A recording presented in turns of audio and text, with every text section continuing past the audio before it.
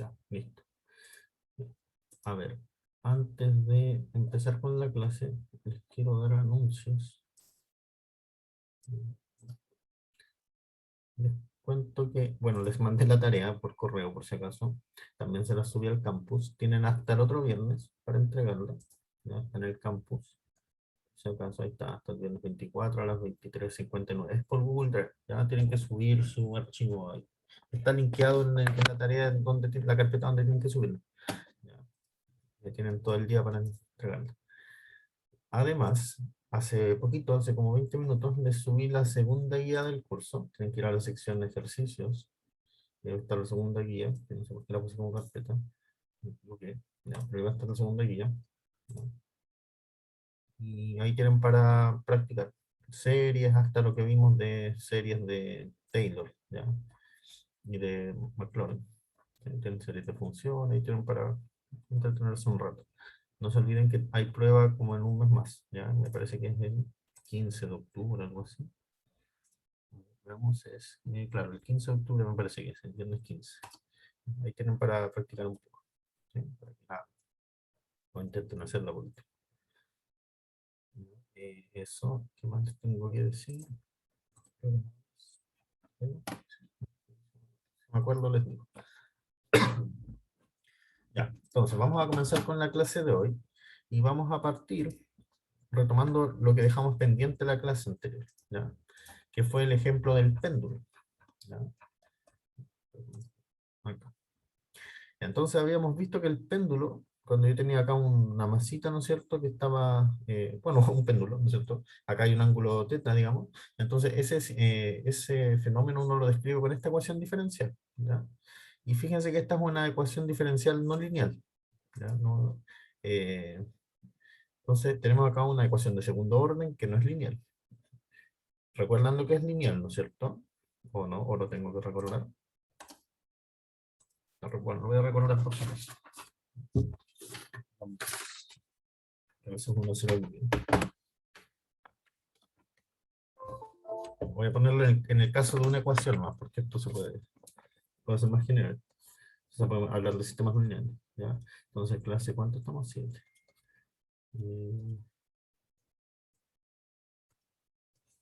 Entonces, definición. Entonces, una ecuación diferencial, ordinaria, etc. Una ecuación diferencial ordinaria. Es lineal. Si y prima es igual a alguna función a de t, depende del tiempo, acá el i depende del tiempo, por i más b de t. Con a de t y b de t funciones. ¿No?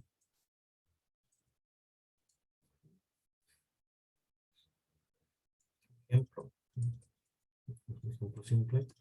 I' igual a 2i, esa es lineal. Si pongo i' igual a del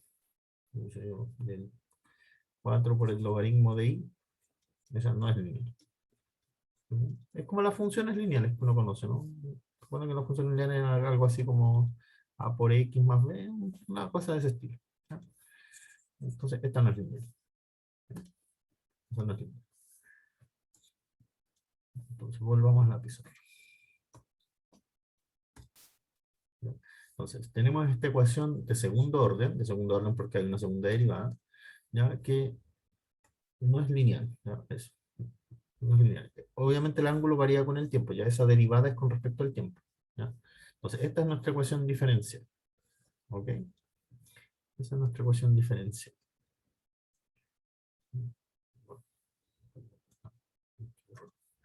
Entonces, lo que vamos a hacer es definir una variable, omega, ¿ya? Omega, como la derivada de teta, ¿ya? Entonces va a ser teta punto. Perdón, que se corre el tiro esto. ¿Ya? Entonces voy a tener que teta punto es omega, y por lo tanto, omega punto, te lo despejo de acá nomás, ¿no es cierto?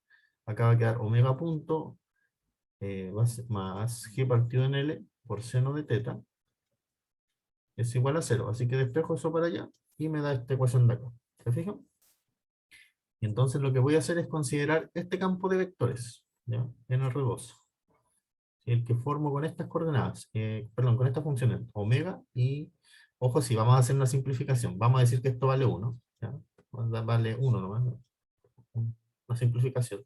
Entonces voy a tomar el campo de vectores omega, coma, menos seno de teta. ¿Ya? Bueno, ahí voy a conservar el menos. ¿Ya? Entonces, esto va a ser un campo de vector que depende de teta y de omega. ¿Sí? Y uno lo puede graficar en algún programa, en MATLAB o en matemática, y se ve así el campo de vectores. ¿Sí? Hagámosle zoom. A ver, si se puede. Acá se ve más. Ahí se ve mejor. ¿Ya? Entonces, así se ve el campo de vectores si uno lo grafica en algún programa. Esto está graficado en matemática. ¿Ya? En la tarea igual tienen que hacer esto, van a tener que usar algún programa. ¿Ya?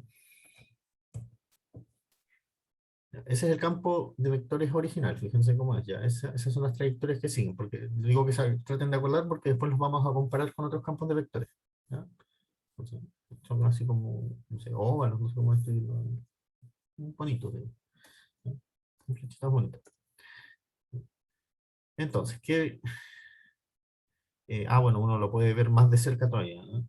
Miren, cerca del 0, 0. ¿Ya? Vamos a hacerle más zoom. Vamos. Cerca del 0, 0 se ve así. ¿Ya?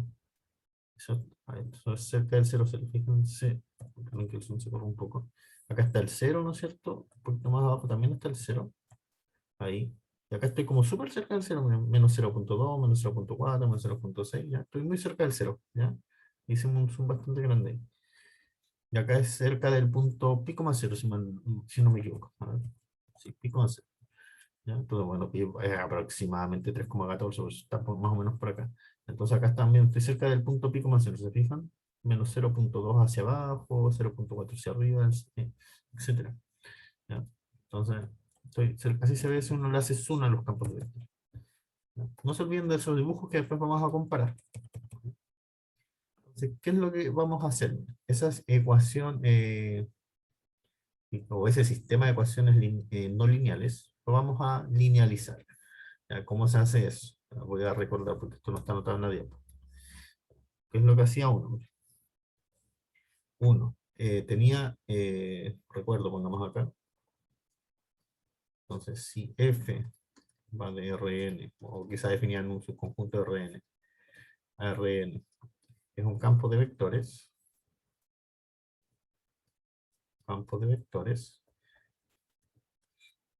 entonces lo que hacíamos era una especie de Taylor de primer orden, ¿ya? Un Taylor de primer orden, ¿ya? Y decíamos que F, voy a ponerle flechita mejor para distinguir que es un vector, ¿ya? Decíamos que F de un vector X, ¿ya? Era aproximadamente f de p, sí, o pongamos, sí, f de p, bueno, sí, f de p, más el jacobiano, ¿ya? Esto es como lo que va reemplazando la derivada que aparecía en Taylor, ¿ya? Del punto, en el punto, perdón, por este factor x menos t, x flechita, ¿ya? Si p es un punto de equilibrio, si p es punto de equilibrio, que es un punto de equilibrio, voy a decirlo ahora, si P es un punto de equilibrio de F del campo, ¿ya? Es decir, F de P vale 0, ¿ya? Eso quiere decir punto de equilibrio, entonces el F de X es aproximadamente, esto va a valer 0, ¿no es cierto? Es aproximadamente el jacobiano del campo de vectores, evaluado en el punto por esto X menos T, ¿ya? ¿Ok? Entonces tengo la ecuación, si tengo la ecuación X punto igual a el campo de vectores de f de x, ¿ya? Entonces ¿cómo decir? Se aproxima, esta ecuación se aproxima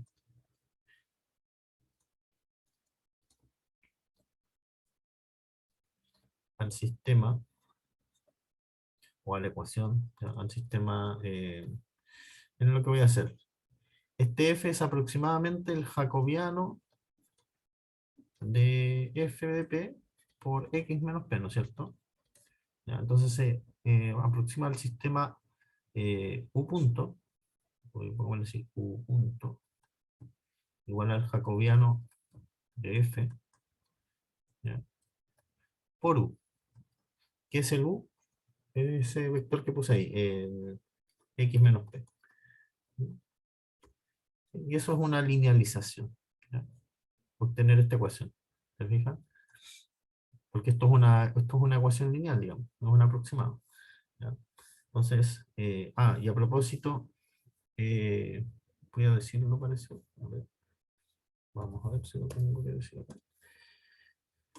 A propósito, volvemos a la clase 6 mejor. Ok, ¿dónde está? Este sistema se llama autónomo. ¿Qué significa autónomo? Según la ecuación que puse recién, de hecho. Autónomo significa que en el lado derecho no aparece nada que dependa del tiempo. ¿Se fijan? Por ejemplo, y eso es general, ¿ah? Eso es general. Ya. A ver, ¿cómo lo decimos? Esta ecuación, y prima igual a, no sé, t más i, esa no es autónoma, porque en el lado derecho aparece t, el tiempo, ¿ya? No es autónomo. Pero si tomo i prima igual a i, esa es autónoma. Acá el i digamos que depende del tiempo, ¿no? Autónomo, ¿ya? Por si acaso. Entonces lo que hago después de hacer esto, lo que obtengo con este proceso de linealización, es un sistema que es lineal, digamos, y es autónomo, ¿sí? En el lado derecho no aparece nada que dependa del tiempo, aparece solamente el 1. ¿Ya?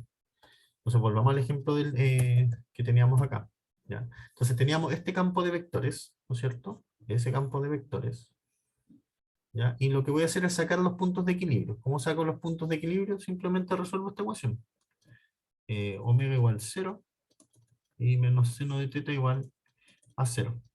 ¿Ya? Bueno, acá ya sé cuánto vale omega, vale 0.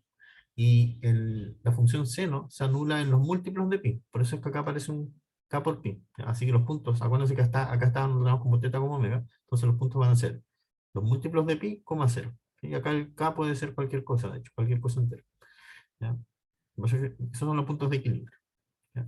Si calculo la matriz jacobiana del campo de vectores, en un punto teta como omega, me va a dar de esta forma. ¿Ya? De hecho, hagámoslo, que no cuesta nada.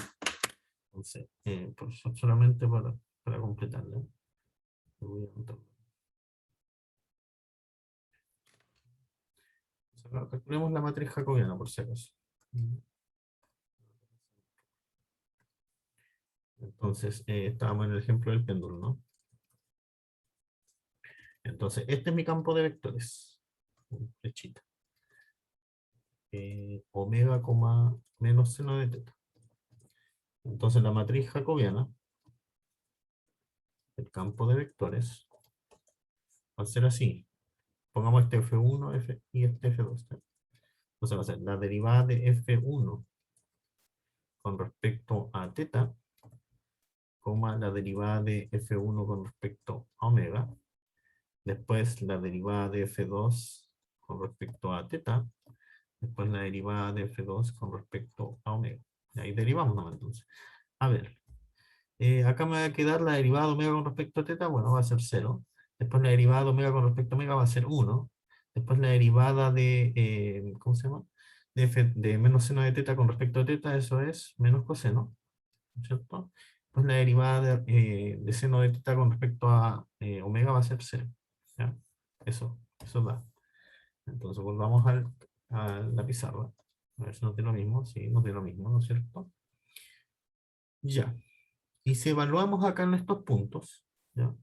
Si evaluamos acá en estos puntos, k por pi, el coseno de k por pi va a ser algo así como menos 1 a la k, ¿ya? Entonces por S menos de I va a quedar menos 1 a la K más 1. ¿Ya? Acá en 0 y 1, 0 no hay nada que evaluar. Eso no depende de teta ni de omega. Entonces ese es el jacobiano.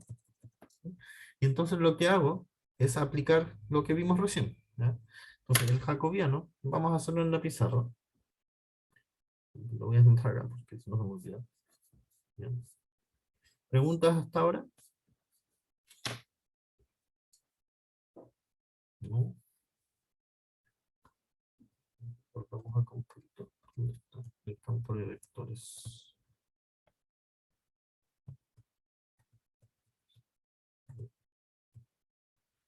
Acá.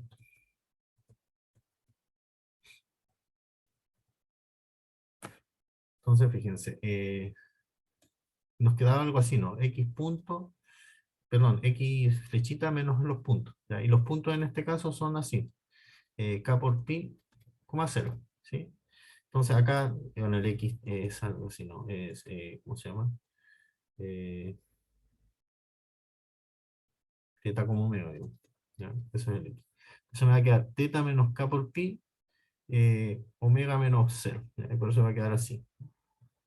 Este va a ser mi, digamos, mi nuevo U, ¿ya?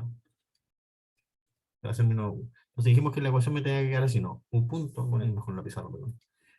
Me tenía que quedar un punto, ¿no es cierto? Igual al jacobiano de f ¿cómo se llama? Eh, K por pi, coma cero en los puntos, ¿no? Por U, ¿sí? Entonces acá va a quedar U punto por la matriz jacobiana que nos había dado 0, 1, menos 1 a la K más 1, coma 0, por U, ¿ya? Y acá el U lo escribo, vamos a usar de notación, ¿eh?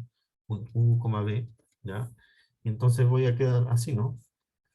U punto, B punto, igual a la jacobiana, que es esa matriz, ¿ya? Como 0, por U, B. Ahí vamos a distinguir los casos. Cuando el K es par, cuando K es par, me va a quedar así, ¿no? U punto, B punto, igual a.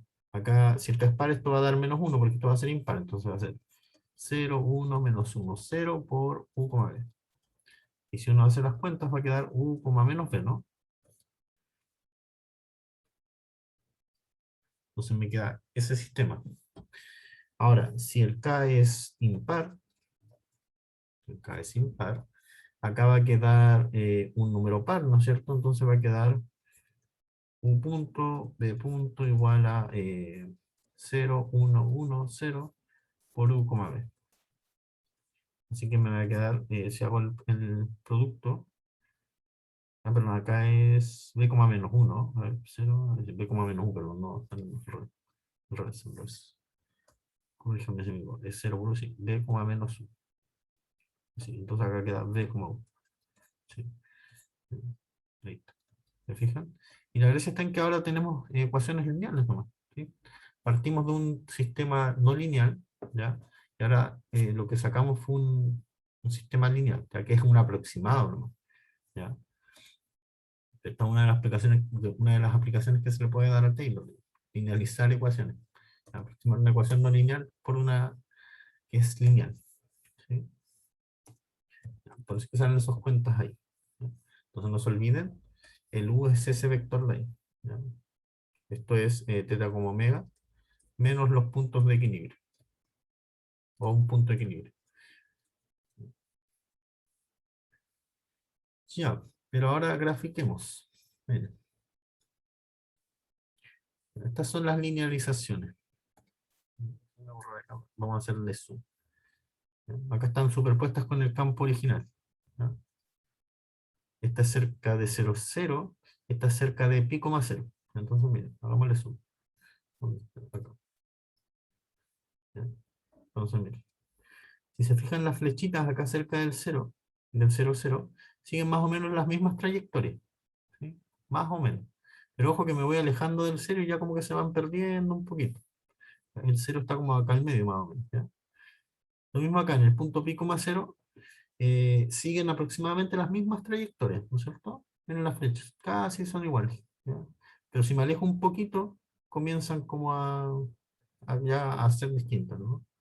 Entonces, todo esto de que el sistema linealizado aproxima al sistema no lineal original, es siempre cerca del punto de equilibrio, siempre cerca de los puntos de equilibrio.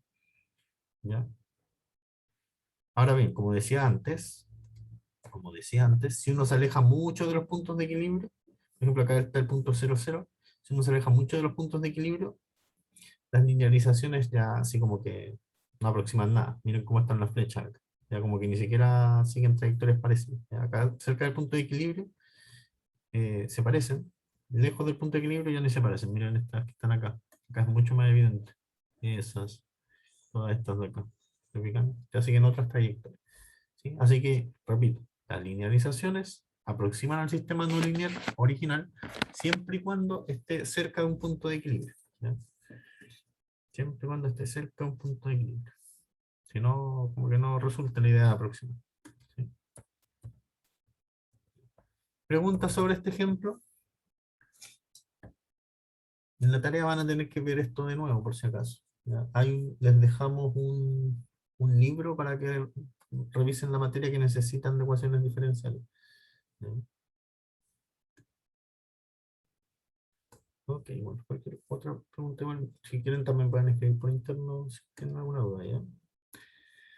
Bueno, esto fue el ejemplo que quedó pendiente de la clase pasada, ¿ya? Porque hoy día vamos a hacer algo como más de álgebra lineal, de hecho. ¿Ya? Vamos a hacer así como una clase casi de álgebra lineal. Al menos o a gran parte de la clase va a ser de álgebra lineal.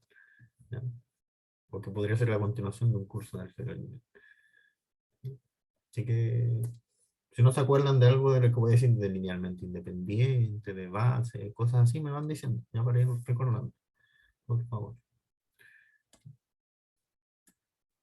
Borremos esto y pasemos a la materia de hoy.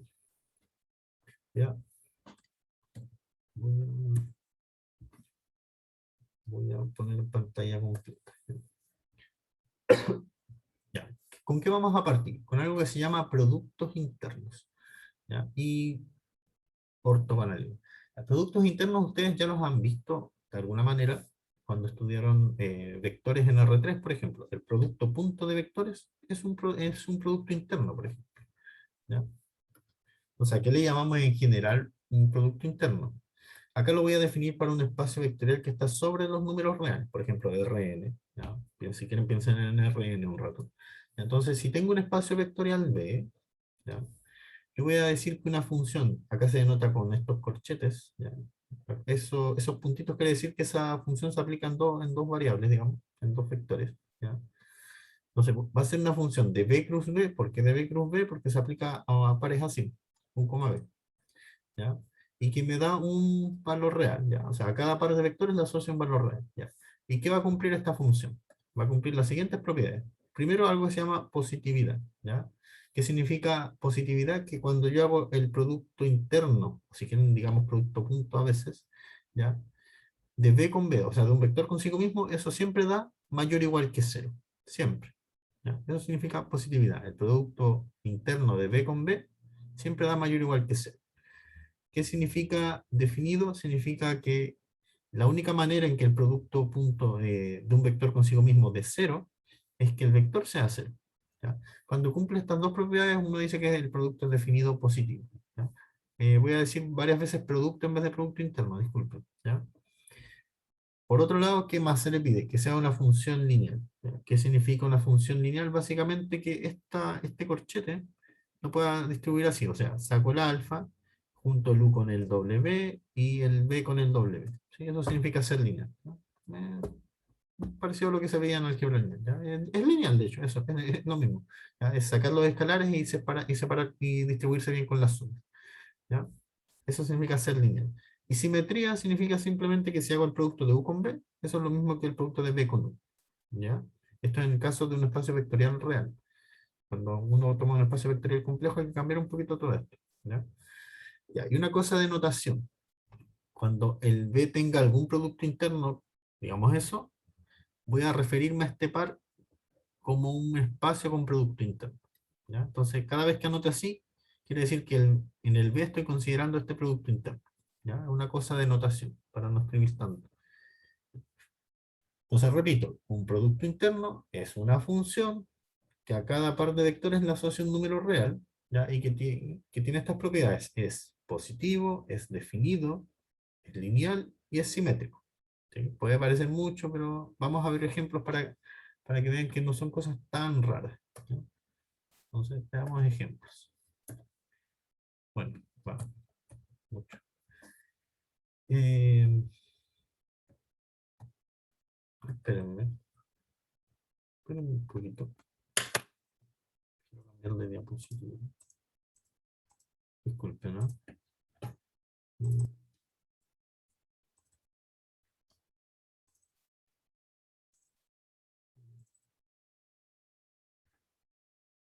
no. Eso no es lo mismo, solo que esta tiene la pausa. A ustedes les subí la versión sin pausa. ¿No? Sí. Ya, entonces partamos con esto. Y vamos con esto, perdón. En RN,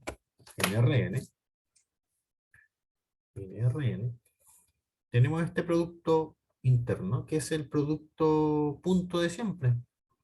No sé si lo vieron en general, pero en el caso de R3, por ejemplo, tenían esto, ¿no? Si ustedes hacían x1, y1, o pongamos, ya para ser coherente con lo que han arriba, pongamos x1, x2, x3, y se hacían producto punto con i1, i2, i3, ¿no es cierto? Eso era, por definición, x1 por i1 más x2 por i2, ¿no es cierto? Más x3 por i3. ¿Sí? Pero acá está en general. Ahora lo estoy haciendo en n coordenadas. Entonces, la primera coordenada por la primera coordenada, más la segunda coordenada por la segunda coordenada, etcétera, hasta que llego a la última coordenada por la última coordenada. ¿Ya? Esto es el producto punto en general. ¿Ya? Si es que lo vino solamente en el R3, bueno, acá está generalizado. Este producto definido de esta forma es un producto interno. Ustedes pueden chequear que cumple todas estas propiedades que anotamos antes. ¿Ya? Si hago el producto de hecho, ¿cuánto hace hago el producto de un vector consigo mismo? Pregunta. Si esto es así, chequémoslo rápidamente, bien, al menos esta condición. Si hago x con x, ¿cuánto da en fórmula? Es así, ¿no? x1, x2, etcétera, xn, coma, x1, x2, etcétera, xn. ¿Cuánto da si hago ese producto punto o ese producto interno en fórmula? Ya, sí, o sea, la suma de los cuadrados, ¿no es cierto? Va a ser x1 al cuadrado, más x2 al cuadrado, etcétera, hasta xn al cuadrado. Y eso claramente es mayor o igual que cero. Y va a ser cero si y solo si cada uno de estos es cero, porque yo estoy sumando puras cosas que son mayores o iguales que cero. Entonces, la única manera en que la suma de cosas que son mayores o iguales a cero de cero es que cada una sea cero. Que no me pasaría de cero. ¿Ya? Entonces hay que escribirlo bien, pero bueno, y así pueden ir chequeando todas las propiedades de Producto Interno. Bueno, otro ejemplo, es quizá un poquito más raro, quizá, ¿no? Es en las funciones continuas, definidas en un intervalo cerrado. ¿Ya? Esto es un espacio vectorial, ¿ya? Y entonces en este espacio vectorial, ojo, funciones continuas, ¿ya? En este espacio vectorial puedo definir el producto de dos funciones, el producto interno de dos funciones a través de una integral. ¿Qué integral? Esta, la de f por g, entre a y b. ¿Ya? Esto es un producto interno, ¿sí? Pero importante acá que estoy tomando funciones continuas. ¿Ya?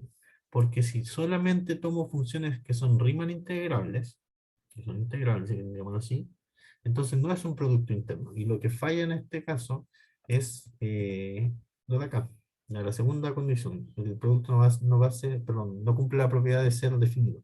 ¿Ya? Eso es lo que falla. Entonces, eh, vamos a ponerlo acá de ejercicio. Entonces, encontrar una función integrable, pongamos f, que no sea continua, de hecho hay varias, que no sea continua, tal que el producto de f con f, o pongámoslo como integral mejor, tal que la integral de, pongámoslo hasta b, aunque el a y b lo pueden elegir para dar el contraejemplo, ya, f con f, entonces tal que f cuadrado de x, ese es el producto, no es la composición, sea 0, ¿ya? Pero, una función integral de f no nula, ¿ya? Eso sí, importante, no nula, no nula. Tal que el cuadrado, la integral del cuadrado sea 0. ¿Sí? Con eso van a tener que no es un producto interno. Por ejemplo, pueden tomar una función que valga 0 en casi todas partes, menos en un punto, por ejemplo. Y eso les va a funcionar. Tienen que hacer el calculito, ¿no? ¿Por qué digo que con eso está listo? Porque esto tendría que ser, entre comillas, f con f. ¿Sí? F con f es el producto de f con f, o sea, la integral del producto de f con f. ¿Sí? Por eso es que tienen que encontrar una función integral que no sea continua, ¿sí? ¿Ya? Y que cumpla esta condición. Las pueden encontrar, es cosa de que escriban uno, ¿no? Como les digo, pueden tomar una función que valga 0 en casi todas partes, quizás menos en un punto. Eso les debiera funcionar. ¿Ya? Ahí queda de ejercicio. ¿Ya? Bueno, voy a hablar un poquito de normas en espacio vectorial y después vamos a definir una norma inducida por un producto interno. ¿Ya? Entonces, ¿qué es una norma? Yo sé que esto quizás es nuevo, ¿ya? Pero vamos a definirlo. Entonces, ¿qué va a ser una norma? Va a ser una función, ¿ya? Ahora va de b en los reales, que tiene, de hecho, son propiedades parecidas a las que había en el producto interno. Miren. La norma de un vector, bueno, siempre es mayor o igual que 0. Un vector tiene norma 0 solamente cuando el vector es 0. Esa es la primera propiedad que cumple la norma. ¿Qué más? Que los escalares que están dentro de la norma salen, pero ojo, salen con valor absoluto. Y eso porque está bien, digamos, porque las normas son positivas, digamos. Así que tiene que ser con valor absoluto. Y lo otro es que cumplen la desigualdad triangular. ¿Ya? La desigualdad triangular. ¿Qué significa la desigualdad triangular? Que la norma de U más B es menor o igual que la norma de U más la norma de B. Seguramente han escuchado esta propiedad en el valor absoluto, ¿no? Seguramente. Un ejemplo de norma lo tienen, por ejemplo, en R3 o en R2 inclusive. O me pongo en R3. ¿Ya? La norma de un vector, así, uno la define muchas veces como x1 al cuadrado, más x2 al cuadrado, más x3 al cuadrado, ¿no es cierto? Eso es una norma, por ejemplo, en R3. Que cumple estas propiedades de acá. ¿Ya? Eso es un ejemplo de una norma. Bueno, y cuando un espacio vectorial tiene una norma, uno dice es un espacio normado, o sea, un espacio que tiene una norma. ¿Ya? Y resulta que, bueno, veamos acá muchos ejemplos, pero después veamos los ejemplos. Resulta que cuando uno tiene un producto interno, uno puede definir una norma a través de esta fórmula. ¿Ya? A través de esta fórmula. Simplemente tomo la raíz cuadrada de b con b. Y no es tan raro, miren. Puede parecer raro al principio, pero acuérdense en el caso de R3. En R3, miren. Si tomo este producto, el producto punto, ¿no es cierto? Y tomo, no, b igual a un vector de 3 coordenadas, ¿ya? Ok. Entonces, si yo hago b con b, el producto de b con b, eso da x1 al cuadrado, ¿no es cierto? Más x2 al cuadrado, más x3 al cuadrado. ¿Sí? Y la norma de un vector en R3 uno la define, ¿no es cierto? Así. ¿Sí? O al menos esa es la manera más usual de definirla. Y si uno ahora compara con b, esto es simplemente la raíz cuadrada de b con b. Así que no es tan raro definir la norma así cuando uno tiene un producto interno. ¿Ya? Esto es una generalización de lo que está pasando en R3, por ejemplo. ¿Ya?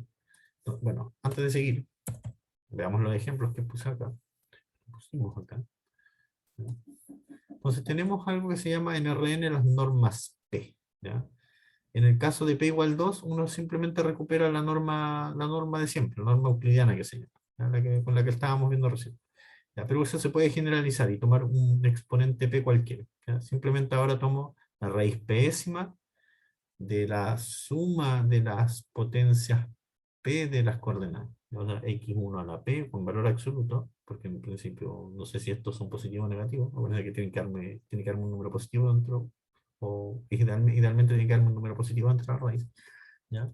Entonces, esta es la manera, esto es las que se llaman las normas PNRN. ¿Ya? Son raíces pésimas de suma de potencias pésimas. ¿Ya? Y en el caso de p igual 2 uno recupera la norma de siempre en RN, en la norma usual. En las funciones continuas en un intervalo, también puedo definir algo que se llama la norma P, o las normas P, pero ahora mediante una integral, ¿ya? Entonces, ¿cómo va a ser eso? Va a ser la raíz pésima de la integral de la función en módulo, pero elevado a la P. ¿Sí? Es un poco extraña la fórmula, pero así es, digo. ¿Ya? Bueno, y en el caso de P igual 2, vamos a tener esta norma, una norma, digamos, cuadrática. ¿Ya? Recuerden que es esa fórmula, porque después muy probablemente la vamos a mencionar. ¿Ya? La norma 2 o la 2 norma de f va a ser la raíz cuadrada de la integral de f de x al cuadrado. Fíjense que aquí no le puse módulo porque ya está en el cuadrado. ¿Ya? Así que no es necesario ponerle módulo, eso ya es positivo. ¿Sí? Estos son ejemplos de normas. Y ya sabemos que, dado un producto interno en un espacio vectorial, podemos construir una norma. ¿Sí? Y de hecho, cuando uno tiene una norma que se construye a través de ¿cómo se llama? De un producto interno, uno tiene ciertas identidades, ¿ya?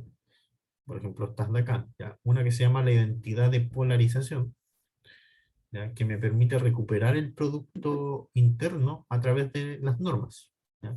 ¿Cómo se verifican estas? Se las quiero dejar de ejercicio, pero como para darles una idea, miren, si uno toma acá eh, eso, por ejemplo, uno simplemente tiene que escribir esto. U más B, U más B. ¿Sí? Y distribuir.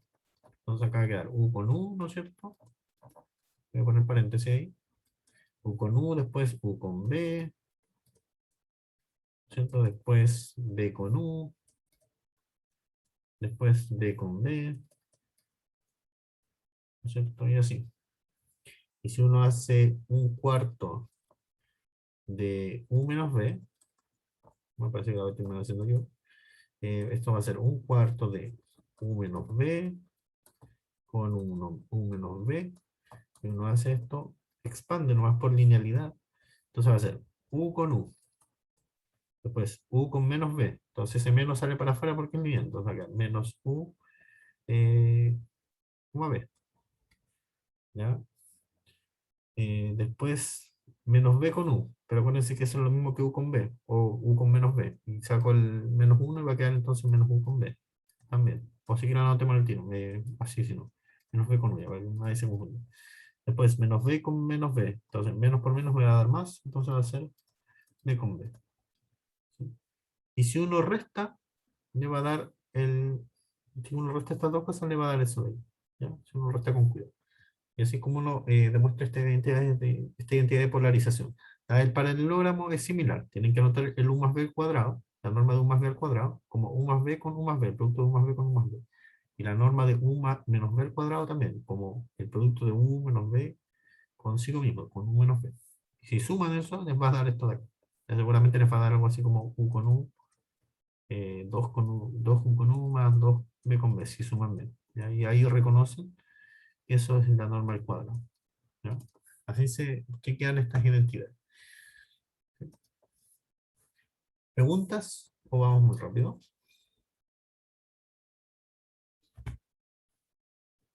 Profe, ¿va a volver un poquito atrás?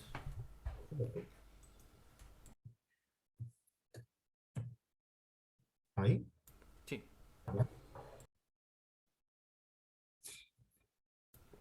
Gracias. Por si acaso ya le subí esta presentación al campus. Por si acaso.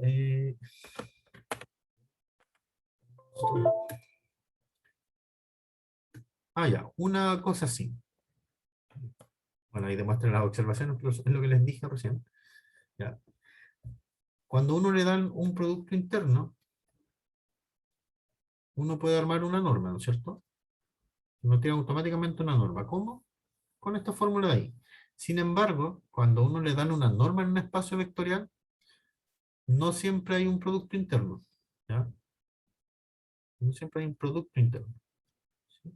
Entonces, si bien con cada producto interno yo puedo armar una norma, con una norma no tiene por qué venir de un producto interno. ¿Ya? No tiene por qué ser de esta forma. ¿Ya? Y como es contraejemplo, se lo voy a dejar de ejercicio, es que las normas P, esas que vimos acá en el espacio de funciones, por ejemplo, en el espacio de funciones, esas no vienen de un producto interno acá, por ejemplo en las funciones continuas, ¿ya? Salvo cuando P vale 2. Entonces, ¿qué tendrían que hacer en ese caso? Tendrían que buscar, y de hecho esta es la idea, tendrían que buscar una función o un par de funciones y ver que no pueden verificar la identidad del paralelogramo. Esa es una manera de atacar el problema. Entonces a uno se le tiene que ocurrir una función de manera que la identidad del paralelogramo falle, salvo quizá cuando P vale 2. ¿Ya? Entonces esa es la idea. Entonces, la idea es encontrar f como g, en el caso de las funciones continuas, tal que la regla del paralelogramo falle, digamos. La regla del paralelogramo, esa que está ahí, paralelogramo, no, o no sea válida, digamos, no sea válida. ¿Ya? Salvo con el p vale, salvo cuando p vale 2. ¿Ya? Hay que pensar en funciones. ¿Ya? ¿Qué función podría ser? No tiene por qué ser fácil, seguramente le va a costar un poquito. Esa es la idea, encontrar un par de funciones f y g de manera que falle la regla del paralelogramo. ¿Por qué? Porque cuando una norma viene de un producto interno, entonces sí o sí tiene que cumplir la regla del paralelogramo o la identidad del paralelogramo que decimos acá. ¿Ya? Ahí les doy la idea. ¿Alguna pregunta?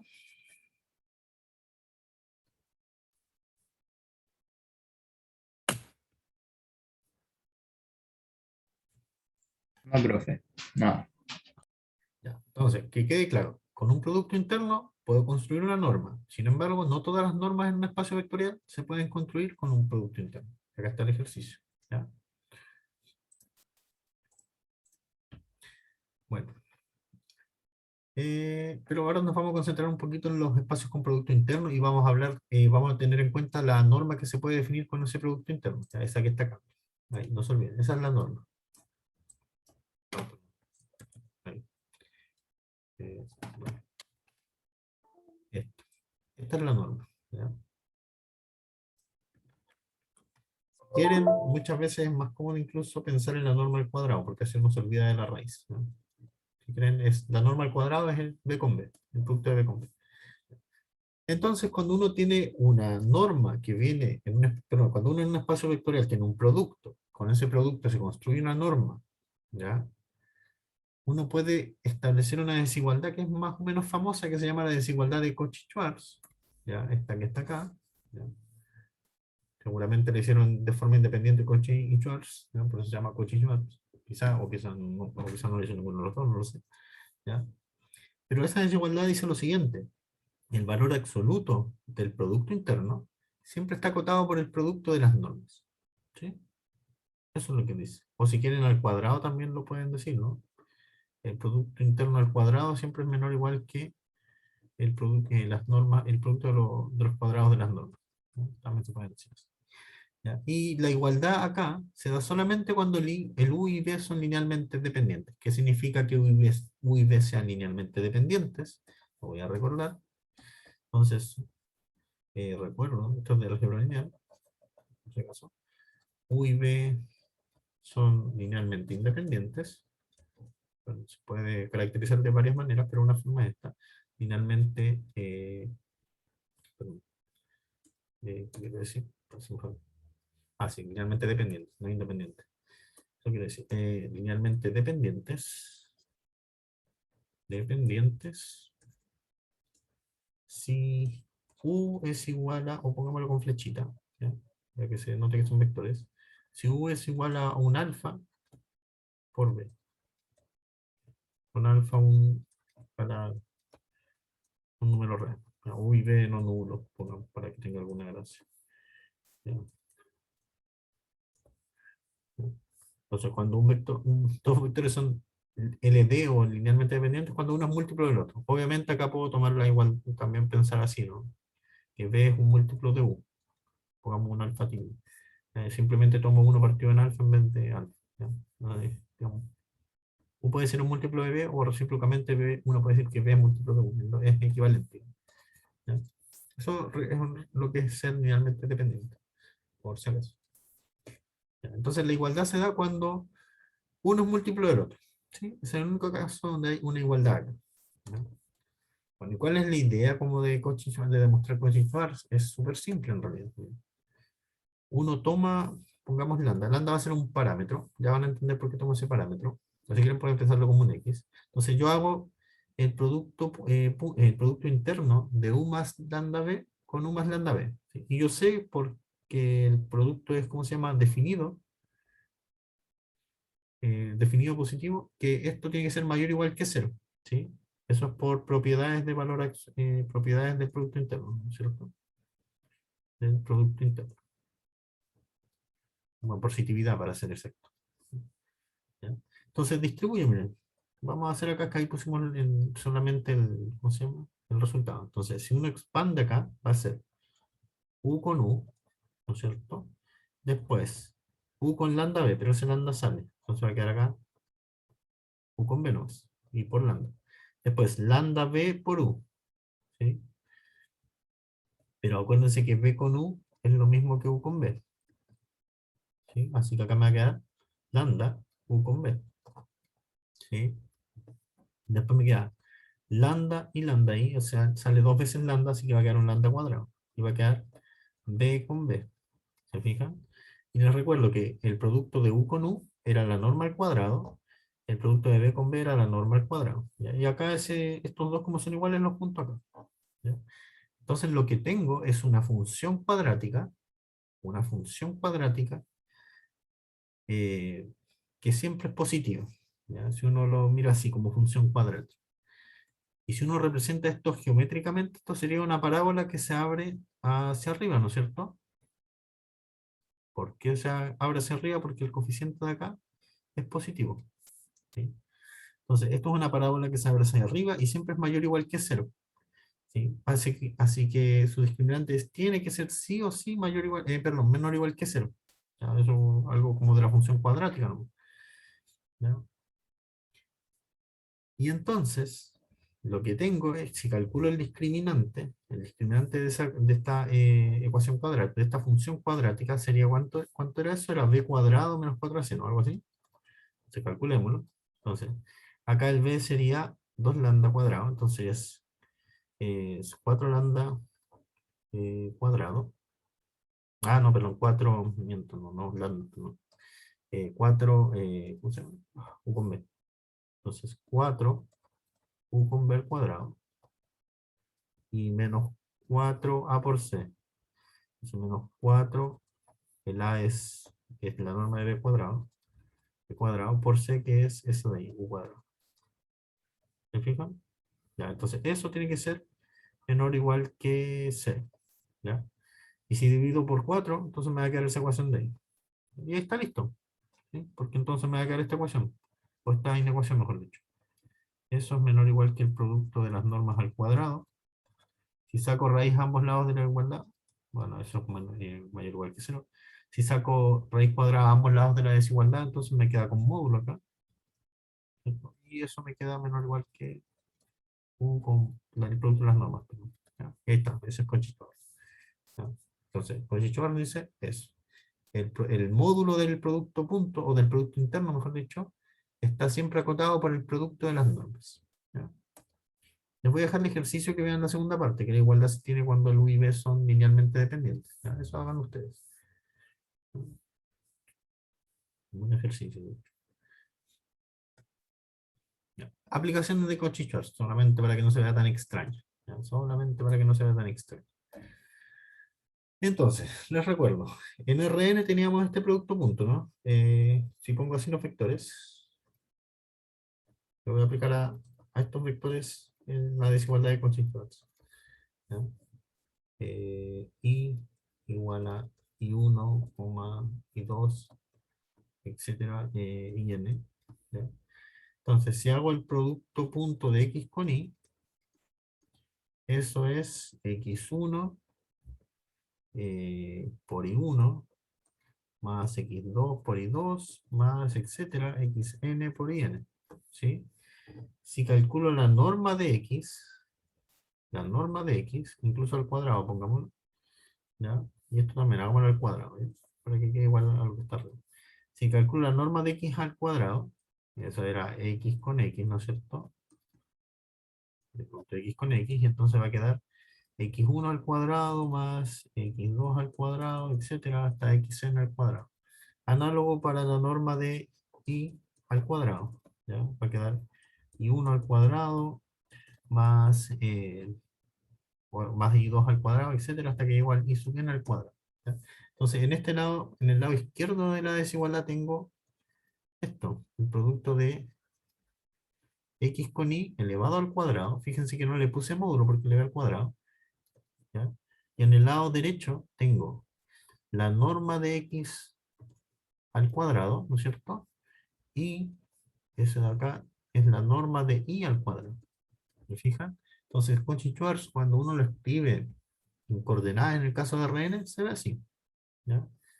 Este producto, esta suma de productos al cuadrado está acotado por este producto de sumas de cuadrado. No sería medio difícil de deducirlo así a mano, ¿ya? Pero eso uno aplica la desigualdad de Cauchy-Schwarz y sale más o menos fácil, ¿ya? ¿Preguntas?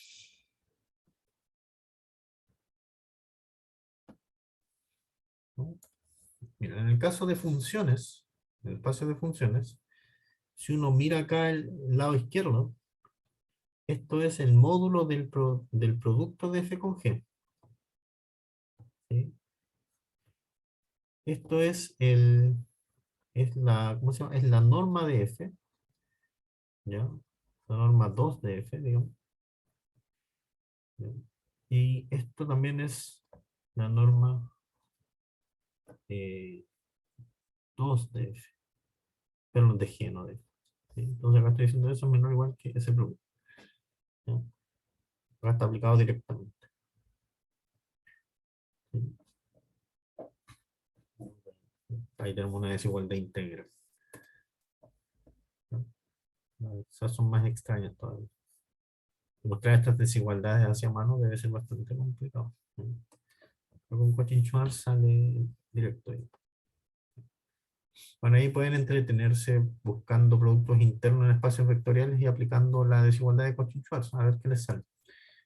Se los dejo como de ejercicio propuesto eso. Más este que está acá, que concluía en la segunda parte de Cauchy-Schwarz. Y ojo, ¿ya?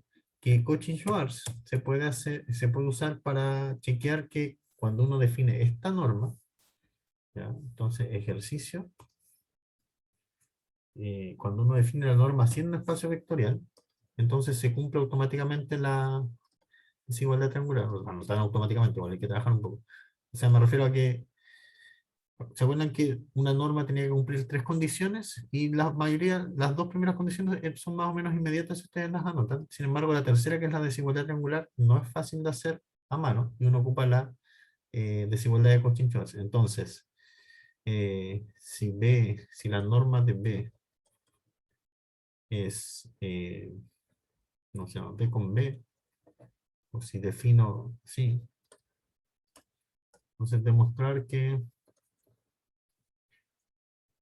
U más B, la norma de U más B siempre está acotado por la norma de U más la norma de B, ¿ya? Y la idea de esto es usar Cauchy-Schwarz, esa desigualdad, ¿ya? Para todo U comando, ¿sí? Entonces, como decía recién, cuando uno tiene una norma, en realidad uno debiera demostrar que esto que definió es una norma, ¿ya? Lo que pasa es que para demostrar que esto es una norma, uno requiere Cauchy-Schwarz, ¿ya?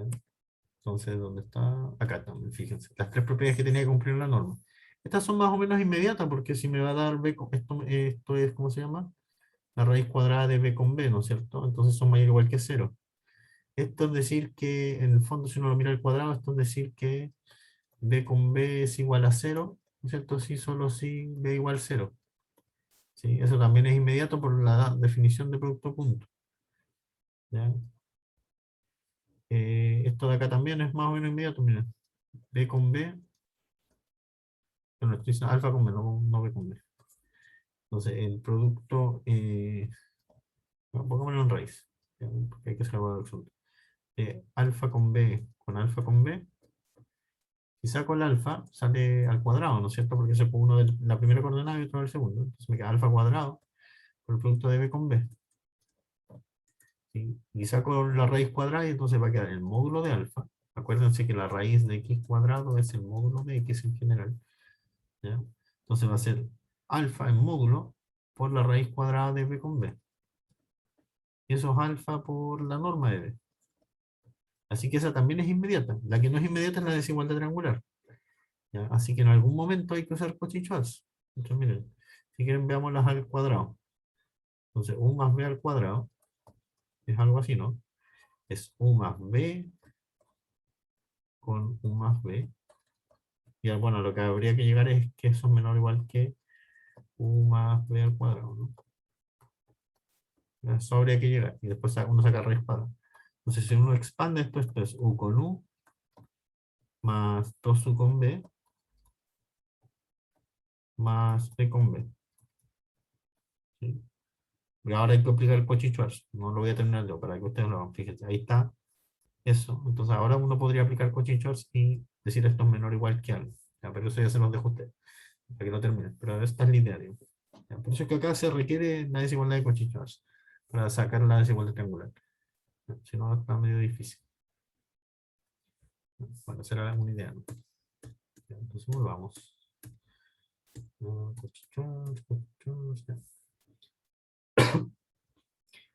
Entonces, vamos a hablar de algo que se llama ortogonalidad. ¿Ya? ¿Qué significa que dos vectores sean ortogonales? De partida tengo que tener un espacio vectorial y un producto interno fijo. ¿Ya? Toda esta noción de ortogonalidad es con respecto a algún producto interno, ¿ya? Que estoy fijando previamente. Entonces, ¿cuándo dos vectores van a ser ortogonales? Cuando su producto interno sea cero. ¿Qué es lo que pasa, digamos, en R3? ¿No? Dos vectores son perpendiculares cuando, ¿cómo se llama? Cuando su producto punto cuando su producto punto es cero. ¿Ya?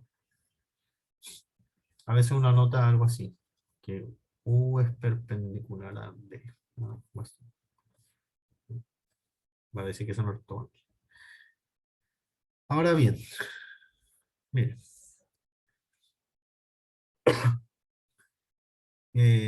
Por la desigualdad de Cauchy-Schwarz, uno sabe esto, ¿no?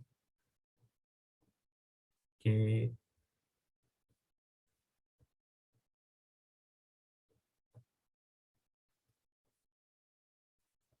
estoy anotando acá, algo que no me lo han entendido. ¿Sabe eso, no es cierto? Eso es lo mismo que decir que en valor absoluto eso es menor o igual que el producto de las normas. ¿Sí? Estoy aplicando esa propiedad del valor absoluto que dice que eso es equivalente a esta cota, a estas cotas. Entonces, si uno divide por este producto, le va a quedar así, ¿no?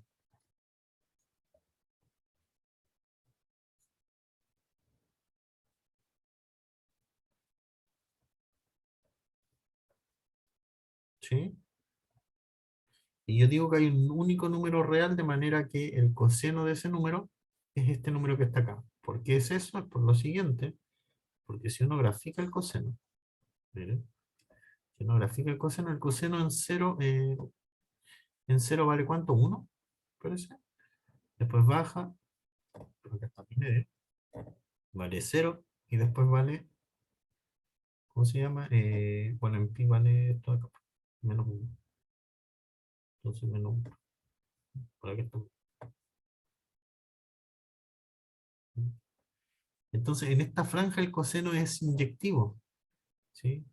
Así que puedo decir que a cada número objetivo incluso, a cada número entre menos 1 y 1 le corresponde algún valor, algún ángulo, cada número entre menos 1 y 1 es un coseno de algo, y de uno solo, porque coseno es inyectivo. ¿ya? Simplemente mirando el gráfico. Por eso digo que hay un único número real entre 0 y pi, ¿ya? Porque en esta franja, en este intervalo, el coseno es una función inyectiva, ¿ya? Entonces todos los números entre -1 y 1 los puedo escribir como el coseno de algún ángulo, ¿ya? Y ese ángulo solamente pido que esté entre 0 y pi. ¿Ya? Bueno, uno elige esa franja de 0 a pi, ¿no? Igual se podría medir en otra franja, pero esta es la usual, de 0 a pi, ¿ya? Entonces, a ese único número que uno le asocia, uno le llama el ángulo entre los vectores, ¿ya? Entonces, el ángulo entre los vectores se saca simplemente resolviendo esa ecuación. Si uno sabe los vectores, sabe su producto punto y también sabe sus normas, así que simplemente calculo eso y despejo teta como la función inversa del coseno, del número que está acá a la derecha, ¿sí? Así que así es como se define el ángulo entre dos vectores. Y cuidado que este ángulo depende del producto punto que yo tenga en el espacio vectorial, obviamente. Si cambia el producto punto, seguramente va a cambiar el ángulo, ¿ya? Así que es importante eso. Esta medición de ángulo depende del producto, del producto interno que yo elija, ¿ya?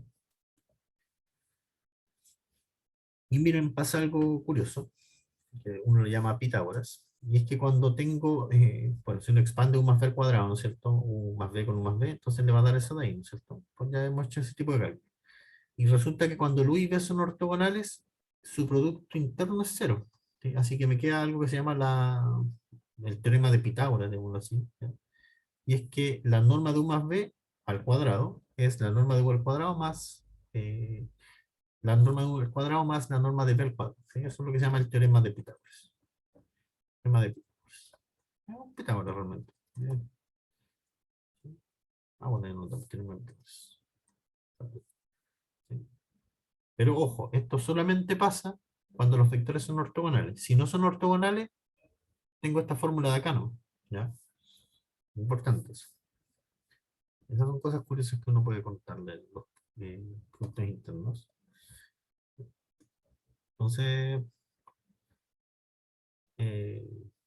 ¿cómo se llama? Voy a seguir contándoles cosas, pero ¿no hay preguntas hasta ahora?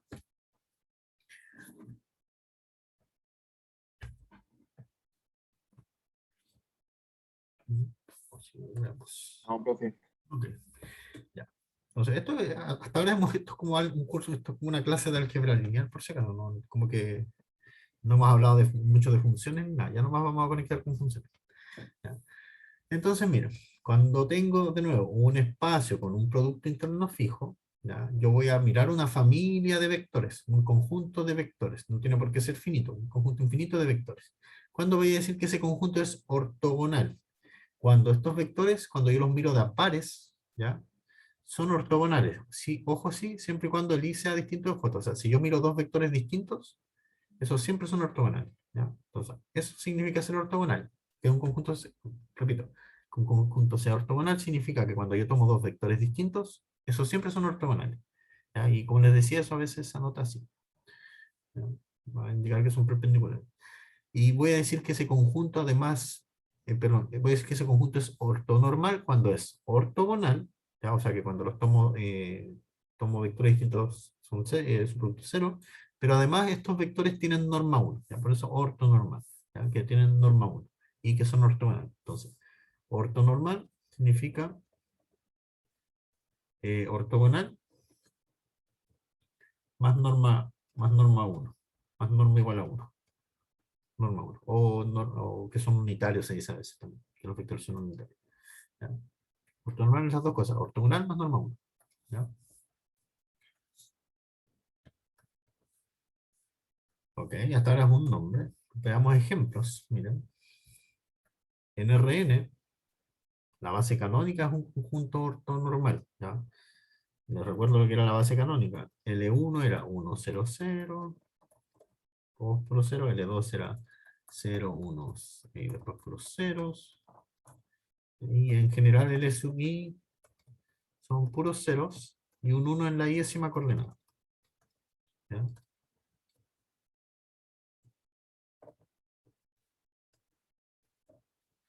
Si uno toma el producto punto de siempre y le calcula la norma a estos vectores, entonces la norma de L sub i va a ser la raíz cuadrada de 1 cuadrado, ¿no es cierto? Porque todos los demás cuadrados van a ser 0, así que esto es 1. Sí, así que ya, son de norma 1. Y si yo hago el producto punto de E sub I con E sub J, eso va a dar 0 si el I es distinto de J.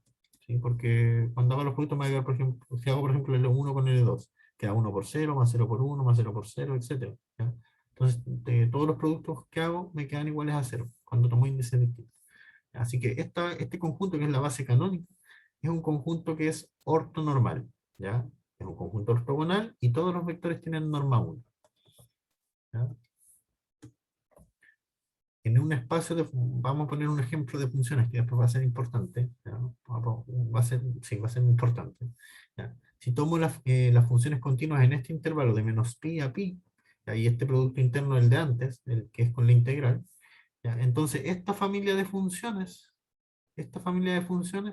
acá es de n igual 0 hasta infinito, o sea que esto es, en n igual 0 vale 1, ¿no es cierto? Todo, porque es el coseno de 0, después viene coseno de x, después viene coseno de 2x, ya después coseno de 3x, esa es la familia, ese es el conjunto. Acá el x obviamente está entre menos pi y pi. ¿Ya? Menos pi y pi. Ya, esa familia es ortogonal. Ojo, no ortonormal, solamente ortogonal. Vamos a chequear eso rápidamente. ¿Ya? Es calcular una integral. Mira. Voy a tomar, por ejemplo, φ0 con φ sub n. ¿Ya? φ0 con φ sub n. El φ0 es 1 y el φ sub n en general es la fórmula general, coseno de nx. Entonces, φ0 con φ sub n es 1, coseno de nx. El producto con coseno de nx. Y eso es la integral de acá. ¿Ya? Es 1 por este coseno integrado de menos pi a pi, porque estoy en ese intervalo de menos pi a pi. ¿Ya? Obviamente esto es simplemente la integral del coseno. ¿Ya? Y la integral del coseno de nx es seno de nx dividido por n. Ahí la tengo que evaluar en pi menos pi. Y si yo hago la evaluación, esto va a ser exactamente 0. ¿Ya? Así que en el caso de φ0 y φ sub n, cuando tomo el n distinto de 0, el producto da 0. ¿Ya? Es solamente hacer el cálculo con la integral. ¿Ya? Si tomo ahora dos índices no nulos, m y n, entonces podemos hacer el cálculo de nuevo. ¿Ya? Entonces va a ser phi sub n por phi sub m, o sea, va a ser coseno de nx por coseno de mx. ¿Ya? Producto punto de eso. Eso por definición es esa integral de ahí, la integral de menos pi a pi de coseno de nx por coseno de mx. Y esta es de esas integrales que uno conoce que se sacan con estas fórmulas trigonométricas. ¿Ya? Entonces cuando uno ocupa fórmulas trigonométricas, uno llega a que esa integral es esta expresión algebraica evaluada entre menos pi y pi. ¿Ya? Ejercicio entonces, calcular la integral. Es la única dificultad que podría haber. ¿Ya? Calcular la integral, la única dificultad para terminar de justificar esto. ¿Ya? Entonces, uno calcula la integral, le va a dar eso de ahí, ¿ya? Háganlo con calma después, y evalúa, y le va a dar de nuevo 0. ¿Ya? Eso quiere decir que phi sub n y phi sub m tienen producto interno igual a 0, y eso quiere decir que entonces son ortogonales, o si quieren incluso pueden decir perpendiculares, ya por último. ¿Ya? Y phi sub 0 con phi sub n también da 0, ¿sí? Así que cuando hago todos los productos internos posibles siempre dan 0. ¿Ya? Pero ojo, no es una familia ortonormal, porque si yo calculo la integral de φ0, ya eso va a ser así, ¿no? Perdón, la norma de φ0, eso es, ¿cómo se llama? Eso es la integral de menos pi a pi, ¿ya? De 1 cuadrado de x, eso en raíz cuadrada, un medio. Y eso es, la integral de 1 es x, bueno, pi menos pi, es 2pi, ¿no? ¿Ya? Entonces 2pi a la 1 medio, y es raíz de 2pi. ¿Ya? Y análogo si hago el phi sub n, ¿ya? Si hago la norma de phi sub n me va a dar que es raíz de pi. Bueno, ahí es un poquito más difícil en realidad, ¿ya? Porque hay que calcular la integral. ¿Sí? Entonces aquí phi sub n va a ser, en norma, va a ser la integral de menos pi a pi de ¿cuánto? Coseno de nx al cuadrado. ¿Ya? Y eso le va a un medio. Y eso les va a dar, si lo calculan con cuidado, raíz de pi. ¿Ya? ¿Qué quiere decir eso? Que estos vectores no tienen norma 1, así que la familia no es ortonormal, ¿ya? No es ortonormal porque no tienen norma 1. Sin embargo, es ortogonal. ¿Ya? Y cuando uno tiene una familia que es ortogonal, pero no ortonormal, uno se puede armar una familia que sea ortonormal. ¿Cómo? Simplemente, en vez de tomar phi0, ¿bien? En vez de tomar phi0, simplemente tomo phi0 dividido en la norma. ¿Ya? En vez de tomar phi sub n, tomo phi sub n dividido en la norma, que es raíz de pi. Y cuando hago eso, sí me da una familia ortonormal, ¿ya? Esto es asumiendo que son ortogonales, que es como en el caso acá, eso es general, ¿ya? Si tengo una familia que es ortogonal, pero no ortonormal, simplemente normalizo los vectores. ¿Qué significa normalizar los vectores? Eh, sí, normalizar es la palabra, ¿no? O los vuelvo de norma 1, mejor digámoslo así, ¿ya? Los vuelvo de norma 1 simplemente dividiendo con la norma que tiene, ¿ya? Pero bueno, en realidad me dan otros vectores, ¿ya? Me tomo otra familia de vectores que sí sea de norma 1, ¿ya? Y por eso entonces, bueno, por eso es que esta familia ahora es ortonormal, ¿ya? Porque tomé la familia anterior, pero dividí por las normas correspondientes. ¿Se fijan? Acá está el primer elemento de la familia dividido en su norma. Acá el primer elemento de la familia, ojo, anterior, dividido en su norma. ¿Ya? Y esto sí me da un conjunto ortonormal, ¿ya? Me da que es ortogonal y también de norma. ¿Preguntas?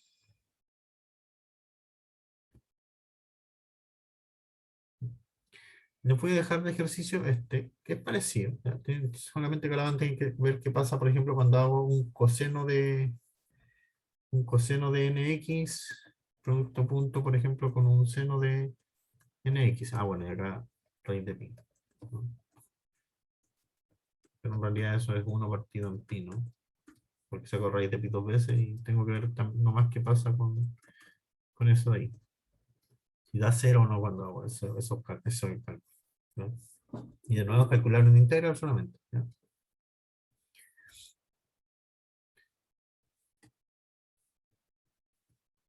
Va. Y una gracia que tienen los conjuntos que son ortogonales solamente, ni siquiera ortonormales, es que cuando yo miro cualquier subconjunto acá con un número finito de elementos, ese subconjunto es linealmente independiente, ¿sí? Esa es una gracia que tiene. Ah, bueno, voy a recordar lo que es linealmente independiente en general, por si acaso. Antes lo vimos para dos vectores. Entonces, recogerlo de nuevo. Eh, un conjunto de vectores, pongamos W1, W2, Wn, es linealmente independiente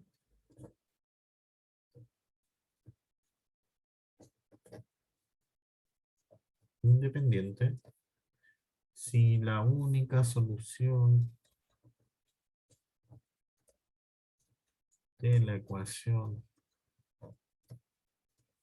alfa 1, W1 más alfa 2, W2, etcétera, hasta alfa n, Wn igual 0, 0 vector, con los alfa sub i escalares, o los números reales si quieren, en caso de espacios reales, ¿ya? O pongamos escalares mejor, escalares, porque también es cierto en un caso complejo, ya, es que sean todos cero, esa es la única solución posible. La única manera en que puedo escribir el vector 0 como combinación lineal de estos vectores es tomar todos los escalares iguales a 0. Eso significa ser linealmente independiente, en general, ya no solo para dos vectores.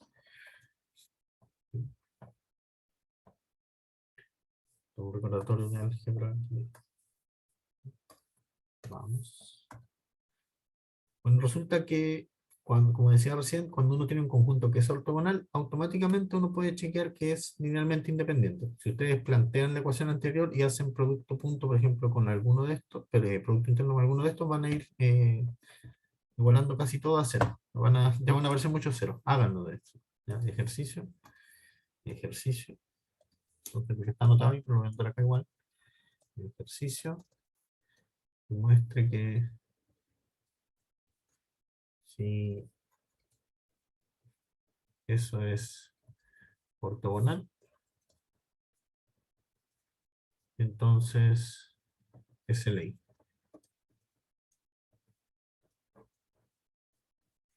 La idea es simple, miren. Si alfa 1 por omega 1, o pongamos acá alfa 2 omega, tal y como omega, W2, más alfa n con Wn es igual a 0, entonces, por ejemplo, voy a tener, si hago así, miren, si hago esto, esto es la idea, con WJ, eso va a ser igual a 0, ¿no es cierto? Sin embargo, cuando yo hago este producto interno, casi todos se mueren porque la familia es ortogonal. ¿Cuál es el único término que sobrevive acá?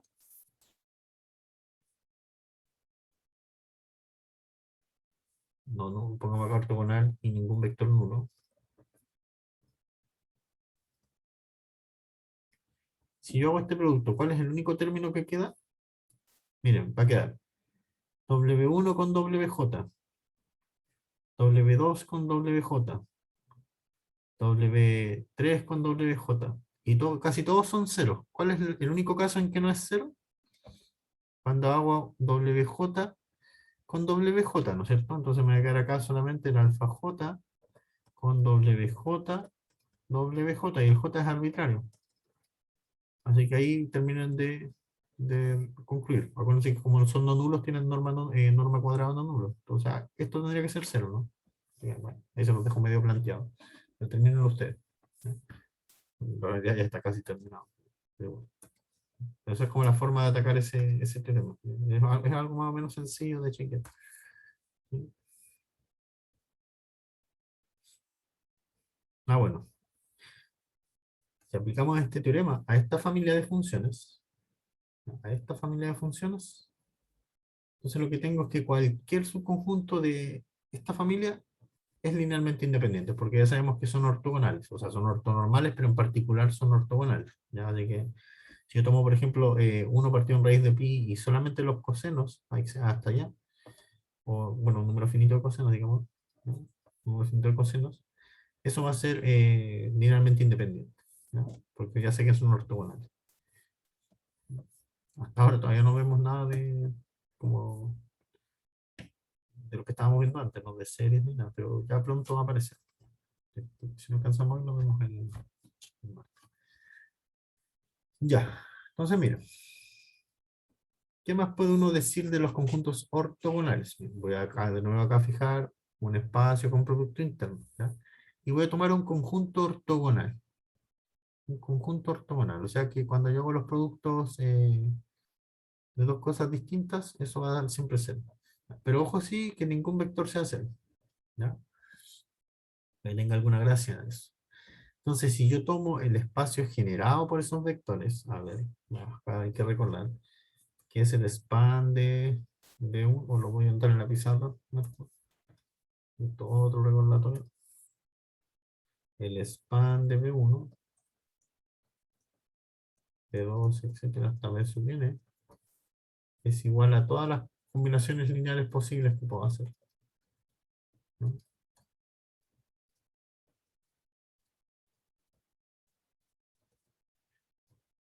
Alfa sub n escalares. Y no pueden pensar que son reales, ¿sí? O sea, son todas las combinaciones lineales posibles que puedo hacer con esos vectores. Lineales posibles. Eso es el span. Y entonces yo sé que este conjunto, si es ortogonal, sé que es linealmente independiente. Entonces, ese es LI por el teorema anterior y genera también. Genera. Y eso quiere decir, si tengo esas dos cosas, que entonces ese conjunto es una base de el espacio generado. ¿Sí? Porque tengo un conjunto que es linealmente independiente, porque son ortogonales, y que genera. ¿Ya? Y cuando yo tengo una base, cuando hay una base, voy a recordarlo acá de nuevo, cuando, pongámoslo así con W, ¿ya? W1, Wn es una base de B, entonces cada vector en B, W, pongámosle, en B, se escribe de forma única,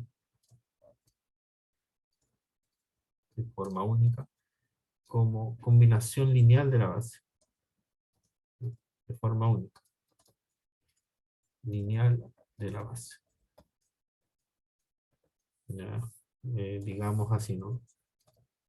Digamos W igual a alfa 1 como, perdón, por W1 más alfa 2 por W2, etcétera, alfa n por W. ¿Ya? Entonces eso es algo de álgebra lineal. ¿Ya? Cuando hay una base, cualquier vector se escribe de forma única como combinación lineal de la base. ¿Ya? Entonces estoy aplicando eso un poco acá. ¿Ya? ¿Por qué? Porque ahora tengo que este conjunto de vectores es una base del espacio generado. ¿Ya? Es importante que sean distintos de cero. ¿Ya? Y entonces los alfa sub j, los alfa sub j que van a aparecer en la combinación lineal, son esos numeritos de ahí. ¿Ya? Bueno, y a estos coeficientes que aparecen nos llaman las coordenadas en la base, por si acaso.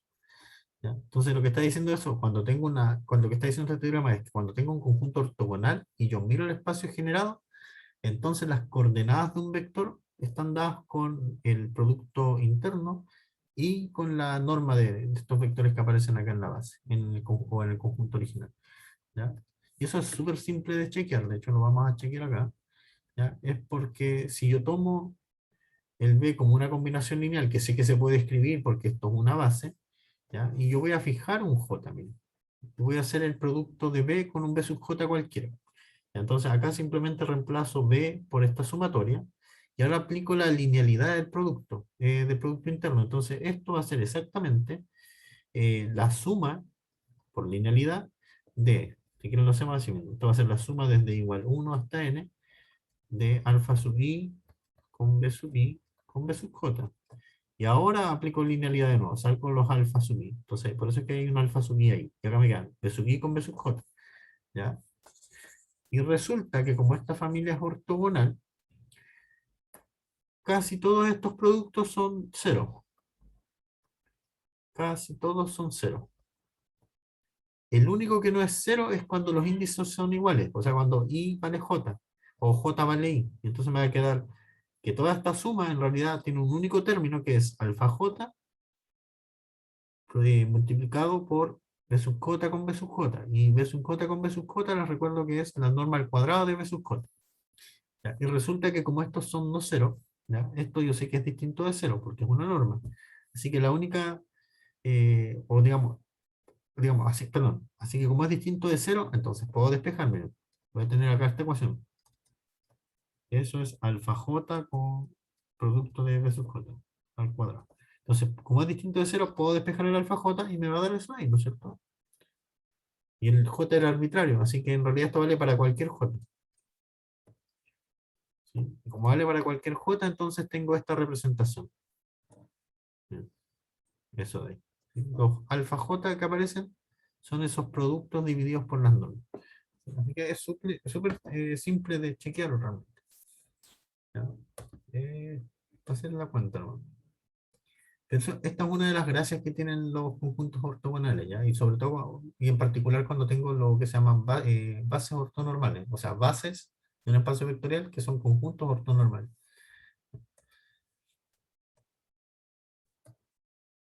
Bueno, y acá un corolario, ¿no es cierto? Cuando las normas, perdón, cuando el conjunto no solo es ortogonal, sino que ortonormal, o sea que hay de norma 1, esa norma va a ser 1, ¿no es cierto? La que está en el denominador. Entonces simplemente me va a quedar así la forma. ¿Ya?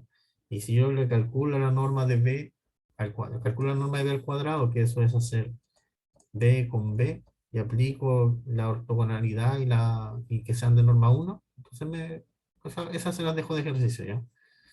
Les va a dar exactamente eso de ahí. Así ustedes aplican, calculan ese producto, ese producto interno, ¿ya? De nuevo, la idea es la misma, se mueren casi todos los B sub I con B sub 4. Quedan unos pocos, ¿no?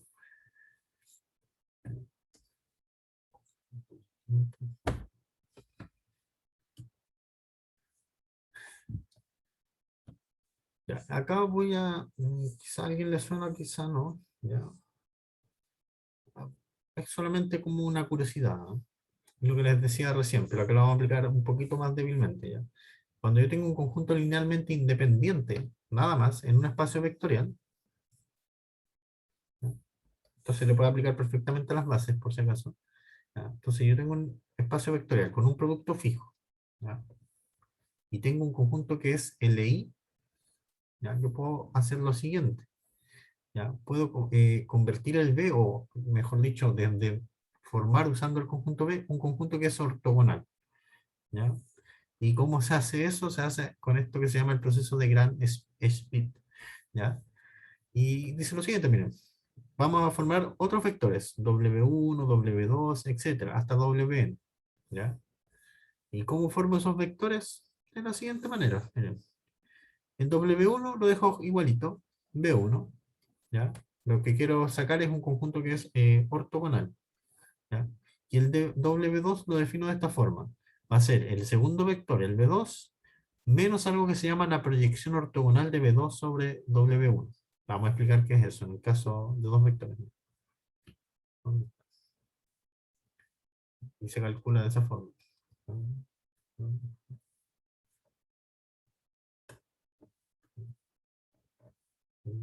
Ahí está. Ok. Entonces, mire, esto es general. Proyección ortogonal. Ortogonal. Entonces voy a tener dos vectores acá. ¿Ya? Voy a tener otro más, un de color.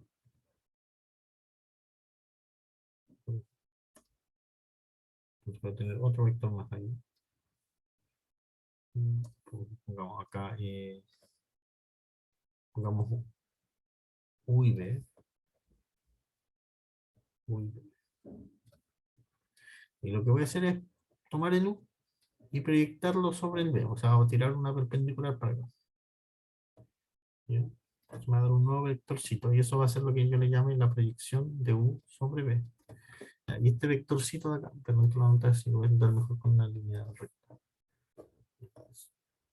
La verdad es que sea 90 grados, ¿ya? A ver, pero si no puedo, parecía 90 grados.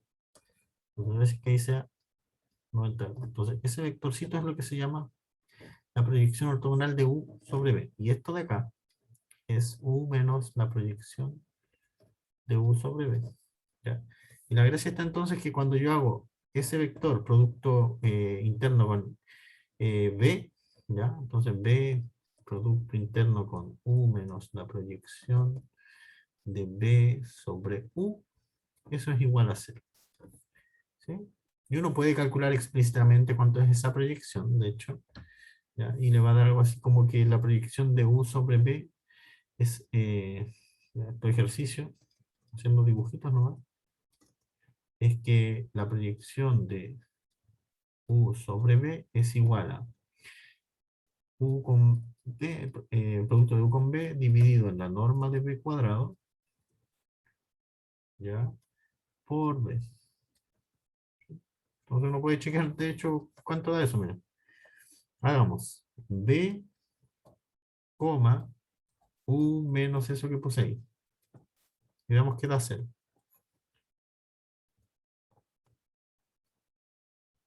Veamos qué da 0. Fíjense que tiene que ser un múltiplo de B porque está sobre, digamos, sobre B, digo.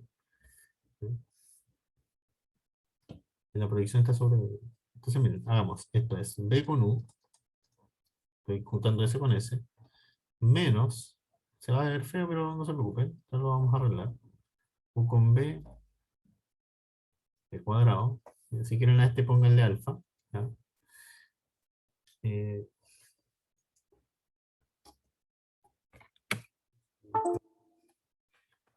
¿Dónde estamos? S, B, ya. Después, B con U y B con B. ¿Cierto? Este es un escalar, así que sale. Y va a quedar entonces B con U menos U con B. Este es mi alfa. ¿Ya? Entonces saco eso, ¿no? Y ahí va a quedar entonces B con B. ¿Cierto? Y esto queda B con U, que de hecho es lo mismo que U con B, menos. Estas dos cosas son iguales, así que se simplifican. Y queda U con B. ¿Ya? Queda U con B. ¿Sí? Y eso da 0 porque estas dos cosas son iguales. ¿Se fijan? Entonces, estas dos cosas son ortogonales. Que ese vector de ahí es este que es el vector que se ve acá. ¿Ya? U menos la proyección ortogonal. ¿Ya? U menos la proyección ortogonal es ese vector que se ve ahí. ¿Ya? Así que pues, se construyó, digamos, para que diera perpendicular. ¿No? Así que está bien que nos dé 0. ¿No? Eso en el caso de dos vectorcitos. ¿Ya?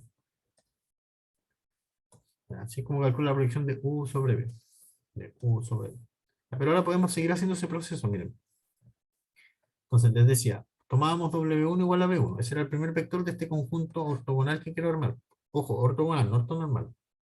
Después el W2 tomaba B2 menos la proyección de B2 sobre B1, que pueden pensar que es B2 menos la proyección de B2 sobre B1, si no, ¿ya?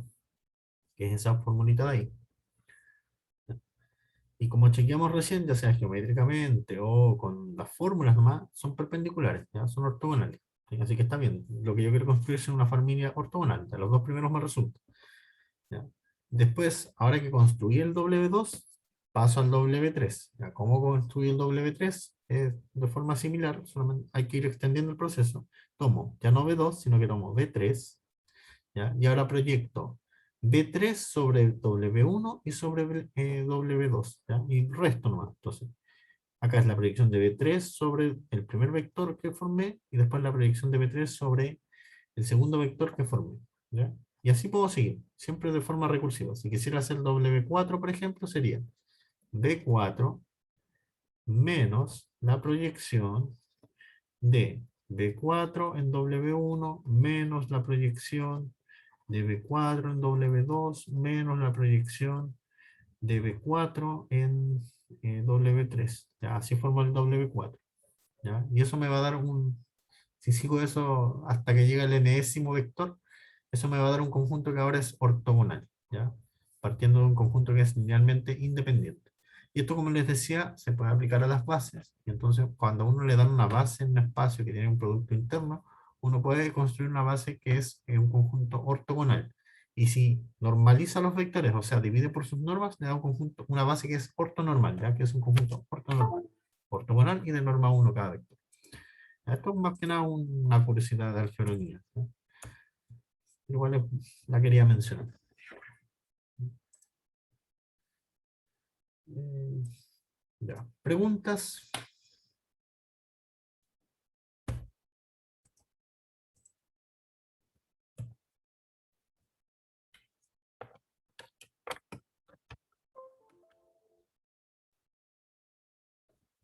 Mucha materia que hemos visto. Ya esto es perfecta, esto puede ser perfectamente una clase de álgebra lineal. Hasta ahora. ¿Ya? Te voy a pedir que después, siempre de las clases, no necesariamente el tiro, pero que lean un poquito antes de la clase y de siguiente, para que se acuerden un poco. Si no, no van a entender nada. ¿Ya? Bueno, ahora vamos a volver un poco a lo que estábamos viendo en el curso. No exactamente lo mismo, pero vamos a volver un poco más a las funciones. ¿Ya? Entonces voy a partir definiendo lo que es una función periódica, porque van a ser importantes para las series de Fourier en algún momento. ¿Ya? Entonces, ¿qué es una función periódica? Es una función que cada cierto tiempo repite sus valores. ¿Ya? Entonces, formalmente, ¿qué significa eso? Significa que hay un número T mayúscula, de manera que cuando yo evalúo f en x o en el trasladado de x por ese T mayúscula, esos dos valores coinciden, ¿sí? O sea, f de x más t es igual a f de x. ¿Ya? Uno dice que el t es un periodo de f. ¿Qué función periódica conocen? A ver, una función que repita sus valores cada cierto tiempo. ¿Algún ejemplo? Seno y coseno. Seno y coseno, ¿no es cierto? Repiten sus valores cada 2pi, ¿sí? Entonces son 2pi periódicas. ¿Ya? Bueno, por si acaso, al número t más pequeño que se establece uno lo llama el periodo fundamental, ¿no? Por si acaso, es un nombre, ¿no? Pero lo importante es que entiendan lo que es periódica. Repito, función periódica es una función que repite sus valores de forma, digamos, ¿cómo se llama? O con la palabra, de forma periódica. De hecho, ¿ya? O sea, cada cierto tiempo. ¿Ya? Un valor se distribuye, no sé, de forma uniforme, no sé cómo decirlo. ¿Ya? Se repiten periódicamente, como lo dice el nombre. ¿Ya? Entonces, tenemos como ejemplos las funciones seno y coseno, ¿no es cierto?, que tienen un periodo fundamental 2pi. La función tangente es periódica también y repite sus valores con periodo pi. ¿Sí? En cada desplazamiento de pi se va, cada vez que desplazo, perdón, el argumento o la variable dependiente en pi, se va repitiendo su valor. O sea, estoy diciendo tangente de x más pi es igual a tangente de x. Estoy diciendo. Acá estoy diciendo seno de x más 2pi es igual a seno de 2x, perdón, a seno de x siempre. Coseno de x más 2pi es igual a coseno de x. ¿Ya? Y estas funciones no es tan obvio, pero tienen periodo fundamental t.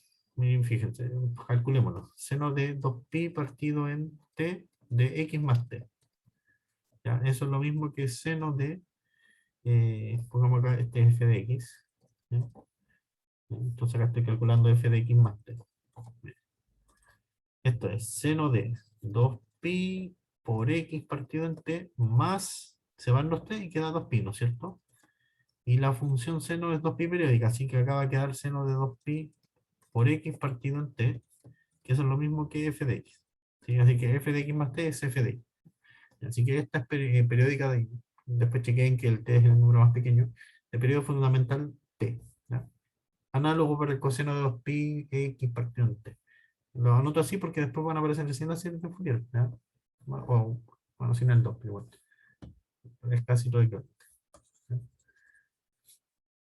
Uno puede también mirar ahora esta función, la función es seno de alfa por x, y uno puede calcular que su periodo, se los dejo de ejercicio, es este de acá, 2pi partido en alfa. Entonces pueden chequear fácilmente que eso es un periodo de esta función. Es cosa de ver qué pasa cuando hago alfa de x más t. ¿Ya? Tienen que ver que eso es seno de alfa por x. Y es calcular de nuevo nomás, ¿no? Entonces ese ejercicio. Después, incluso si saben usar algún programa, pueden graficar estas funciones. Denle valores a t y les va a salir un gráfico. Denle valores a alfa igual y les va a salir algún gráfico. Entonces las más conocidas son seno y coseno, pero hay otras más, ¿no es cierto? No son las únicas periódicas. ¿Ya? Entonces, sigamos. Ya, acá se va a poner un poco extraño el curso quizá, ¿ya? Pero vamos de a poquito. Vamos a alcanzar vamos a explicar lo que alcancemos. ¿Ya? Entonces, esta es una definición nueva, o quizás no tan nueva, no sé, depende si la vieron o no antes. Entonces, ¿a qué le vamos a llamar seccionalmente continuo? A una función que está definida en algún intervalo. Normalmente nos va a importar un intervalo cerrado, pero puede ser en cualquier intervalo. ¿Ya? Que tiene un número, ojo, finito de discontinuidades. ¿Ya? O sea, es continua en casi todas partes, menos quizás en un número finito, o sea, en un punto, 2 puntos, 3 puntos. ¿Ya? Y cuando digo en un número finito de discontinuidades, ese número también puede ser cero. O sea, puede no tener discontinuidades también. ¿Ya? Cero es un número finito. ¿Ya? Lo importante está en que estas discontinuidades que hay son discontinuidades de salto. ¿Qué quiere decir eso? Que, por ejemplo, cuando uno mira el gráfico de la función, entonces hay un salto en el gráfico. Miren este ejemplo. A ver, miren este ejemplo. Fíjense que tengo esta función cuadrática. Esta va a ser la y igual a x cuadrado. Ahí la voy a cortar hasta 1. Voy a poner un puntito blanco. Se acaba el 1, acaba el 1. Y que por acá, cuando llega al 1, pega un salto en el gráfico. No sé, tengo otra función. Eh, Vámonos así, otra palabra. Entonces acá en 1 pega un salto. No sé, que acá valga lo que sea, 2. ¿Se fijan? Entonces acá, si uno mira los límites por la izquierda y por la derecha, estos límites existen, ¿no es cierto? Por la izquierda va a tender a ¿cuánto? A 1, y por la derecha acá va a tender a por la derecha va a tender a 2 la función, ¿ya? Entonces los límites laterales de la función, cuando me acerco al 1 y al 2, existen, pero son distintos, ¿sí? Así que la función tiene un salto en el gráfico, ¿sí? Eso es una discontinuidad de salto, ¿ya? La función tiene un salto en la discontinuidad. Eso mismo. O que los límites, o si quieren incluso que los límites laterales existen, por ejemplo, y que son distintos, ¿ya? Eso ahí también va a haber existe con un número finito, ¿ya? Entonces es una discontinuidad de salto, ¿ya?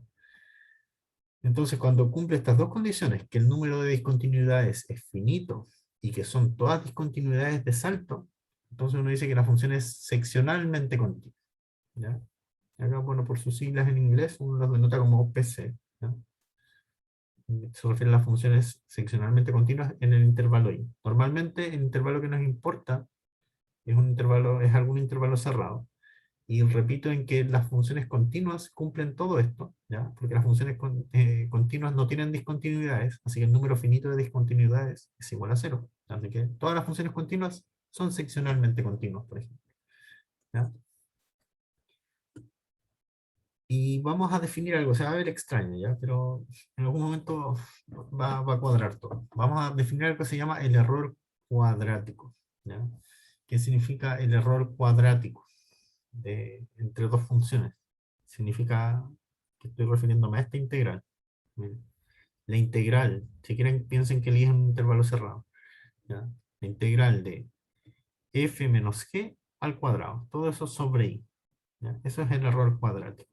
Y uno va a decir que una sucesión de funciones converge en media a una función que está definida en i, ya todo esto es en un intervalo i, si este error cuadrático converge a 0.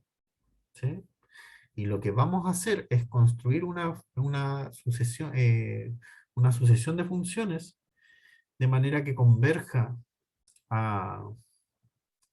Lo que vamos a hacer es construir la serie de Fourier y con esas series de Fourier vamos a tener sucesiones que convergen en medio. Esa es la idea de esto, ¿ya? Entonces, por eso es que puse esto primero, ¿ya? Entonces, ¿cómo vamos a armar una función, una serie de Fourier? Mira, vamos a tomar una función que es seccionalmente continua, ¿no? Seccionalmente continua. No tiene un número finito de discontinuidades. Esas discontinuidades son de salto, nada más. Ya, y vamos a tomar esta familia ortogonal, que está un poco modificada, pero similar a la que vimos antes, ¿ya? Bueno, seccionalmente continua en un intervalo menos t, t, intervalo cerrado, ¿ya? Y lo que uno quiere, uno le gustaría, ¿se acuerdan que en el caso de las series de Taylor, lo que uno esperaba era poder representar la función como una serie de Taylor? Acá es algo similar. Lo que uno espera, digamos, con el afán que uno hace esto, es de poder representar una función a través de una serie, pero ya no una serie de Taylor, sino una serie de Fourier que se va a llamar. Entonces uno por un rato supone que tiene esa igualdad, ¿ya? Dice ya, esto va a ser una descomposición en serie de Fourier, ¿ya? Entonces va a ser una sub 0 medio, después vamos a ver por qué es la sub 0 medio, ¿ya? No los otros con medio. Va a ser un coeficiente por estos cosenos más un coeficiente por estos senos de npi por x, partiente, ¿ya? Vamos a suponer que tenemos eso primero, que se puede hacer, ¿ya? Y lo que uno hace, acuérdense que esta familia de funciones es ortogonal, ¿ya? De hecho es sí, ortogonal, no es ortogonal, no es ortonormal. Miento. Entonces lo que uno hace es el mismo truco que hicimos para demostrar, más o menos el mismo truco que uno hizo para demostrar que los conjuntos ortogonales eran ley, algo es parecido. Ya lo que voy a hacer es tomar la función y hacerle producto con uno de los elementos de esta familia. Ya, acá voy a pensar en el n mayor que 0. Entonces, ¿cómo lo hago? Bueno, digo ya, ok, quizás la función la puedo representar así. La idea de hacer todo esto es ver cuánto tienen que ser los azuquenes, ¿ya? Es para eso, ¿ya? Entonces voy a tener que, tengo esta serie, producto interno con el coseno de m pi por x. Ahí no hice nada, mira. Ahí simplemente copié el coseno de m pi por x. ¿Ya? Entonces distribuyo, ¿ya? Distribuyo, va a quedar a sub 0 con eso de ahí. Eso me va a dar una parte. Después distribuyo la serie, Acá estoy suponiendo que puedo intercambiar la serie con el producto. Acuérdense que podía aplicar linealidad, pero cuando era una cantidad finita de vectores. Acá estoy suponiendo que lo puedo hacer con una cantidad infinita de vectores. ¿Ya? Entonces voy a intercambiar la serie, aplicar linealidad, pero con la serie.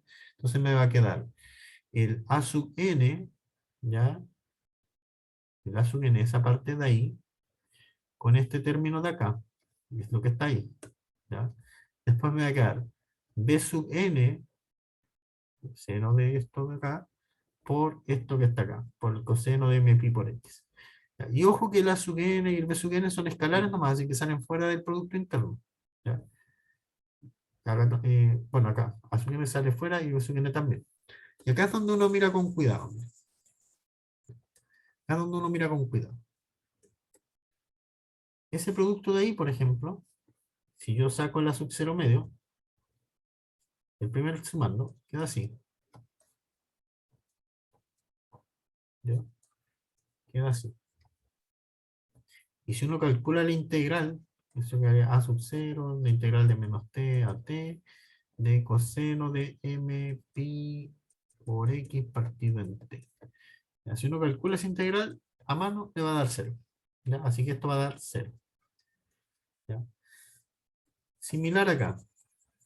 Si yo calculo estas integrales, si yo calculo eso, voy a cambiarle de color, perdón. Si yo calculo eso, coseno de n pi por x, o n, perdón, n pi por x partido en t, coseno de m pi por x partido en t, eso es la integral de menos pi, perdón, de menos t, no de menos pi, de menos t a t de coseno de m por m pi por x partido en t por coseno de, perdón, n, no m, coseno de m pi por x partido en t. ¿Sí? Y si uno calcula esa integral a mano nomás, eso le va a dar 0. Ya no vamos a hacer el cálculo de integral, se los dejo de tarea, calculen estas integrales. Y análogo para esto de acá, van a quedar la integral ahora de seno por coseno, ¿no? Seno por coseno.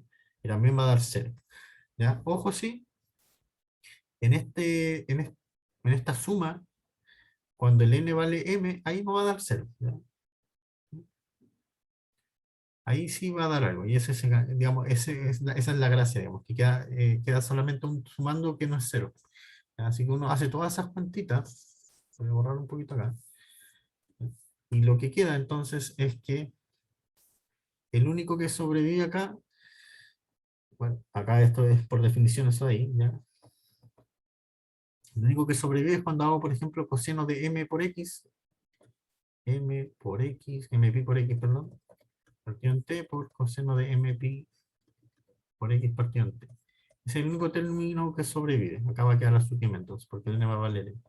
Ahí sí, uno tiene entonces esa integral, miren, va a ser a sub m por la integral de menos t a t de coseno cuadrado de m pi por x, partido en t. ¿Ya? Uno calcula esa integral y le va a dar que esté. Siempre puede dejar de ejercicio los cálculos de las integrales, ¿ya? Entonces le va a quedar esa igualdad ahí.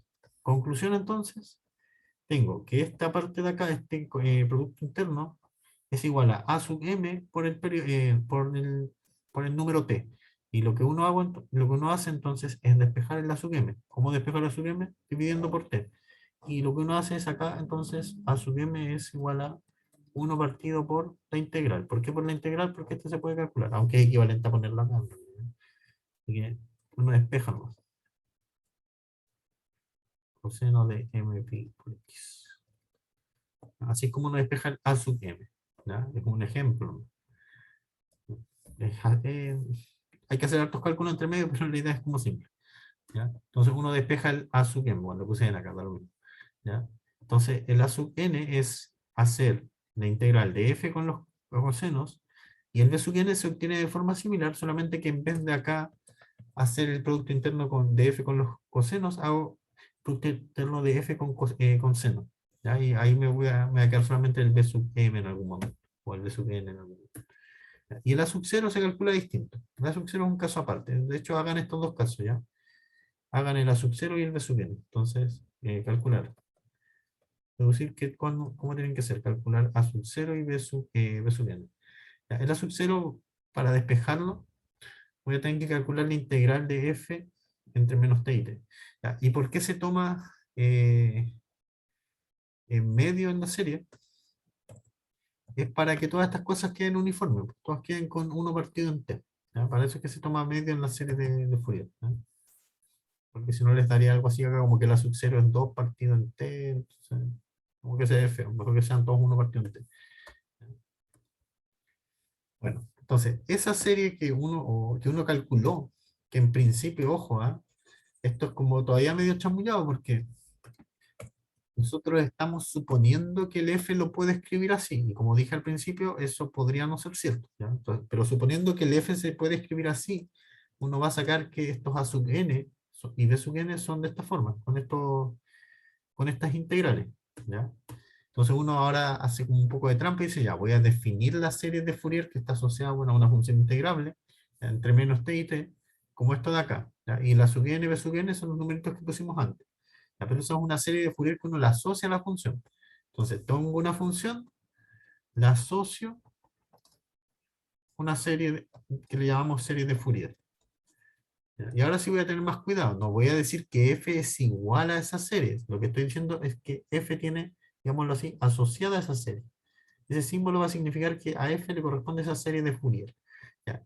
Y lo que nos gustaría saber es, por ejemplo, cuándo esa serie de Fourier converge a la función f, ¿ya? Porque no tiene por qué converger a la función f. ¿Ya? Y lo que vamos a hacer también es, ¿cómo se llama? Si uno mira, digamos, a este lado derecho, esto es una función de periodo 2pi. Si uno reemplaza acá x por x, perdón, de periodo 2t. Si uno reemplaza acá x por x más 2t, le va a dar que la serie no cambie. ¿Ya? Y lo que vamos a hacer después es extender esta función, pero a todos los números reales, usando ese, digamos, ese periodo. ¿Ya? Usando la serie de Fourier, ¿ya? Porque vamos a ir repitiendo los valores de la función. ¿Ya? Entonces esa es una de las cosas que queremos hacer en las clases siguientes. Y la otra es ver bajo qué condiciones esta serie de Fourier converge a la función original, por ejemplo. ¿Ya? O sea, qué condiciones hay que ponerle a la función para que converja a la función original. Perdón, sí, a la función para que la serie de Fourier converja a la función original. ¿Ya? Esa es como la idea detrás de esto. Bueno, acá hay un ejemplo, se los voy a dejar a ustedes para que los lean, porque ya estamos medio en la hora. ¿Ya? Pero no es nada complicado, ¿ya? Ojo acá, solamente voy a señalar acá una cosa. Acá si uno calculara el A sub 0, la fórmula dice que es 1 partido en pi de menos pi hasta pi, ¿no es cierto?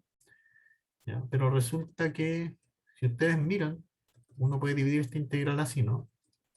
Que es lo mismo que se hace en todos lados, es menos pi a pi medio, más la integral de pi medio, perdón, a menos pi medio, más la integral de menos pi medio a pi, ¿ya?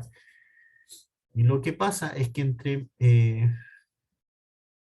aquí es un, así, perdón, de menos pi, sí, perdón, lo que pasa es que acá de menos pi a menos pi medio, la función vale 0, así que esa integral no va a estar, lo único que va a quedar va a ser la integral de menos pi medio a pi, ¿sí? Y en ese lado, en ese intervalo, la función vale 1, ¿sí? Por eso que queda así la integral, y queda de menos pi medio a pi. Ya no es que no esté considerado en la forma, es solamente que la función es 0 entre menos pi medio. ¿Ya? Y lo mismo acá. ¿Ya? Eso lo digo para cuando lo revisen. ¿Sí? Acá hay que tener ese cuidado de los cosenos de nx y cosas así, ¿no? Que van a dar esta formulación. Ya, pero esto se lo voy a dejar para que ustedes lo revisen. La otra clase vamos a retomar esto de Fourier, ¿ya? Porque ya fue casi una clase de álgebra lineal, y ahí vamos a ir, de hecho quizás miremos este ejemplo de nuevo, o quizás vemos otro, no lo sé. ¿Ya? ¿Hay alguna pregunta? Quiero que se queden con la idea de Fourier por ahora, después lo vamos a ver con más detalle. ¿Hay alguna pregunta? ¿No? Ok, esto ya está subido al campus, ¿ya?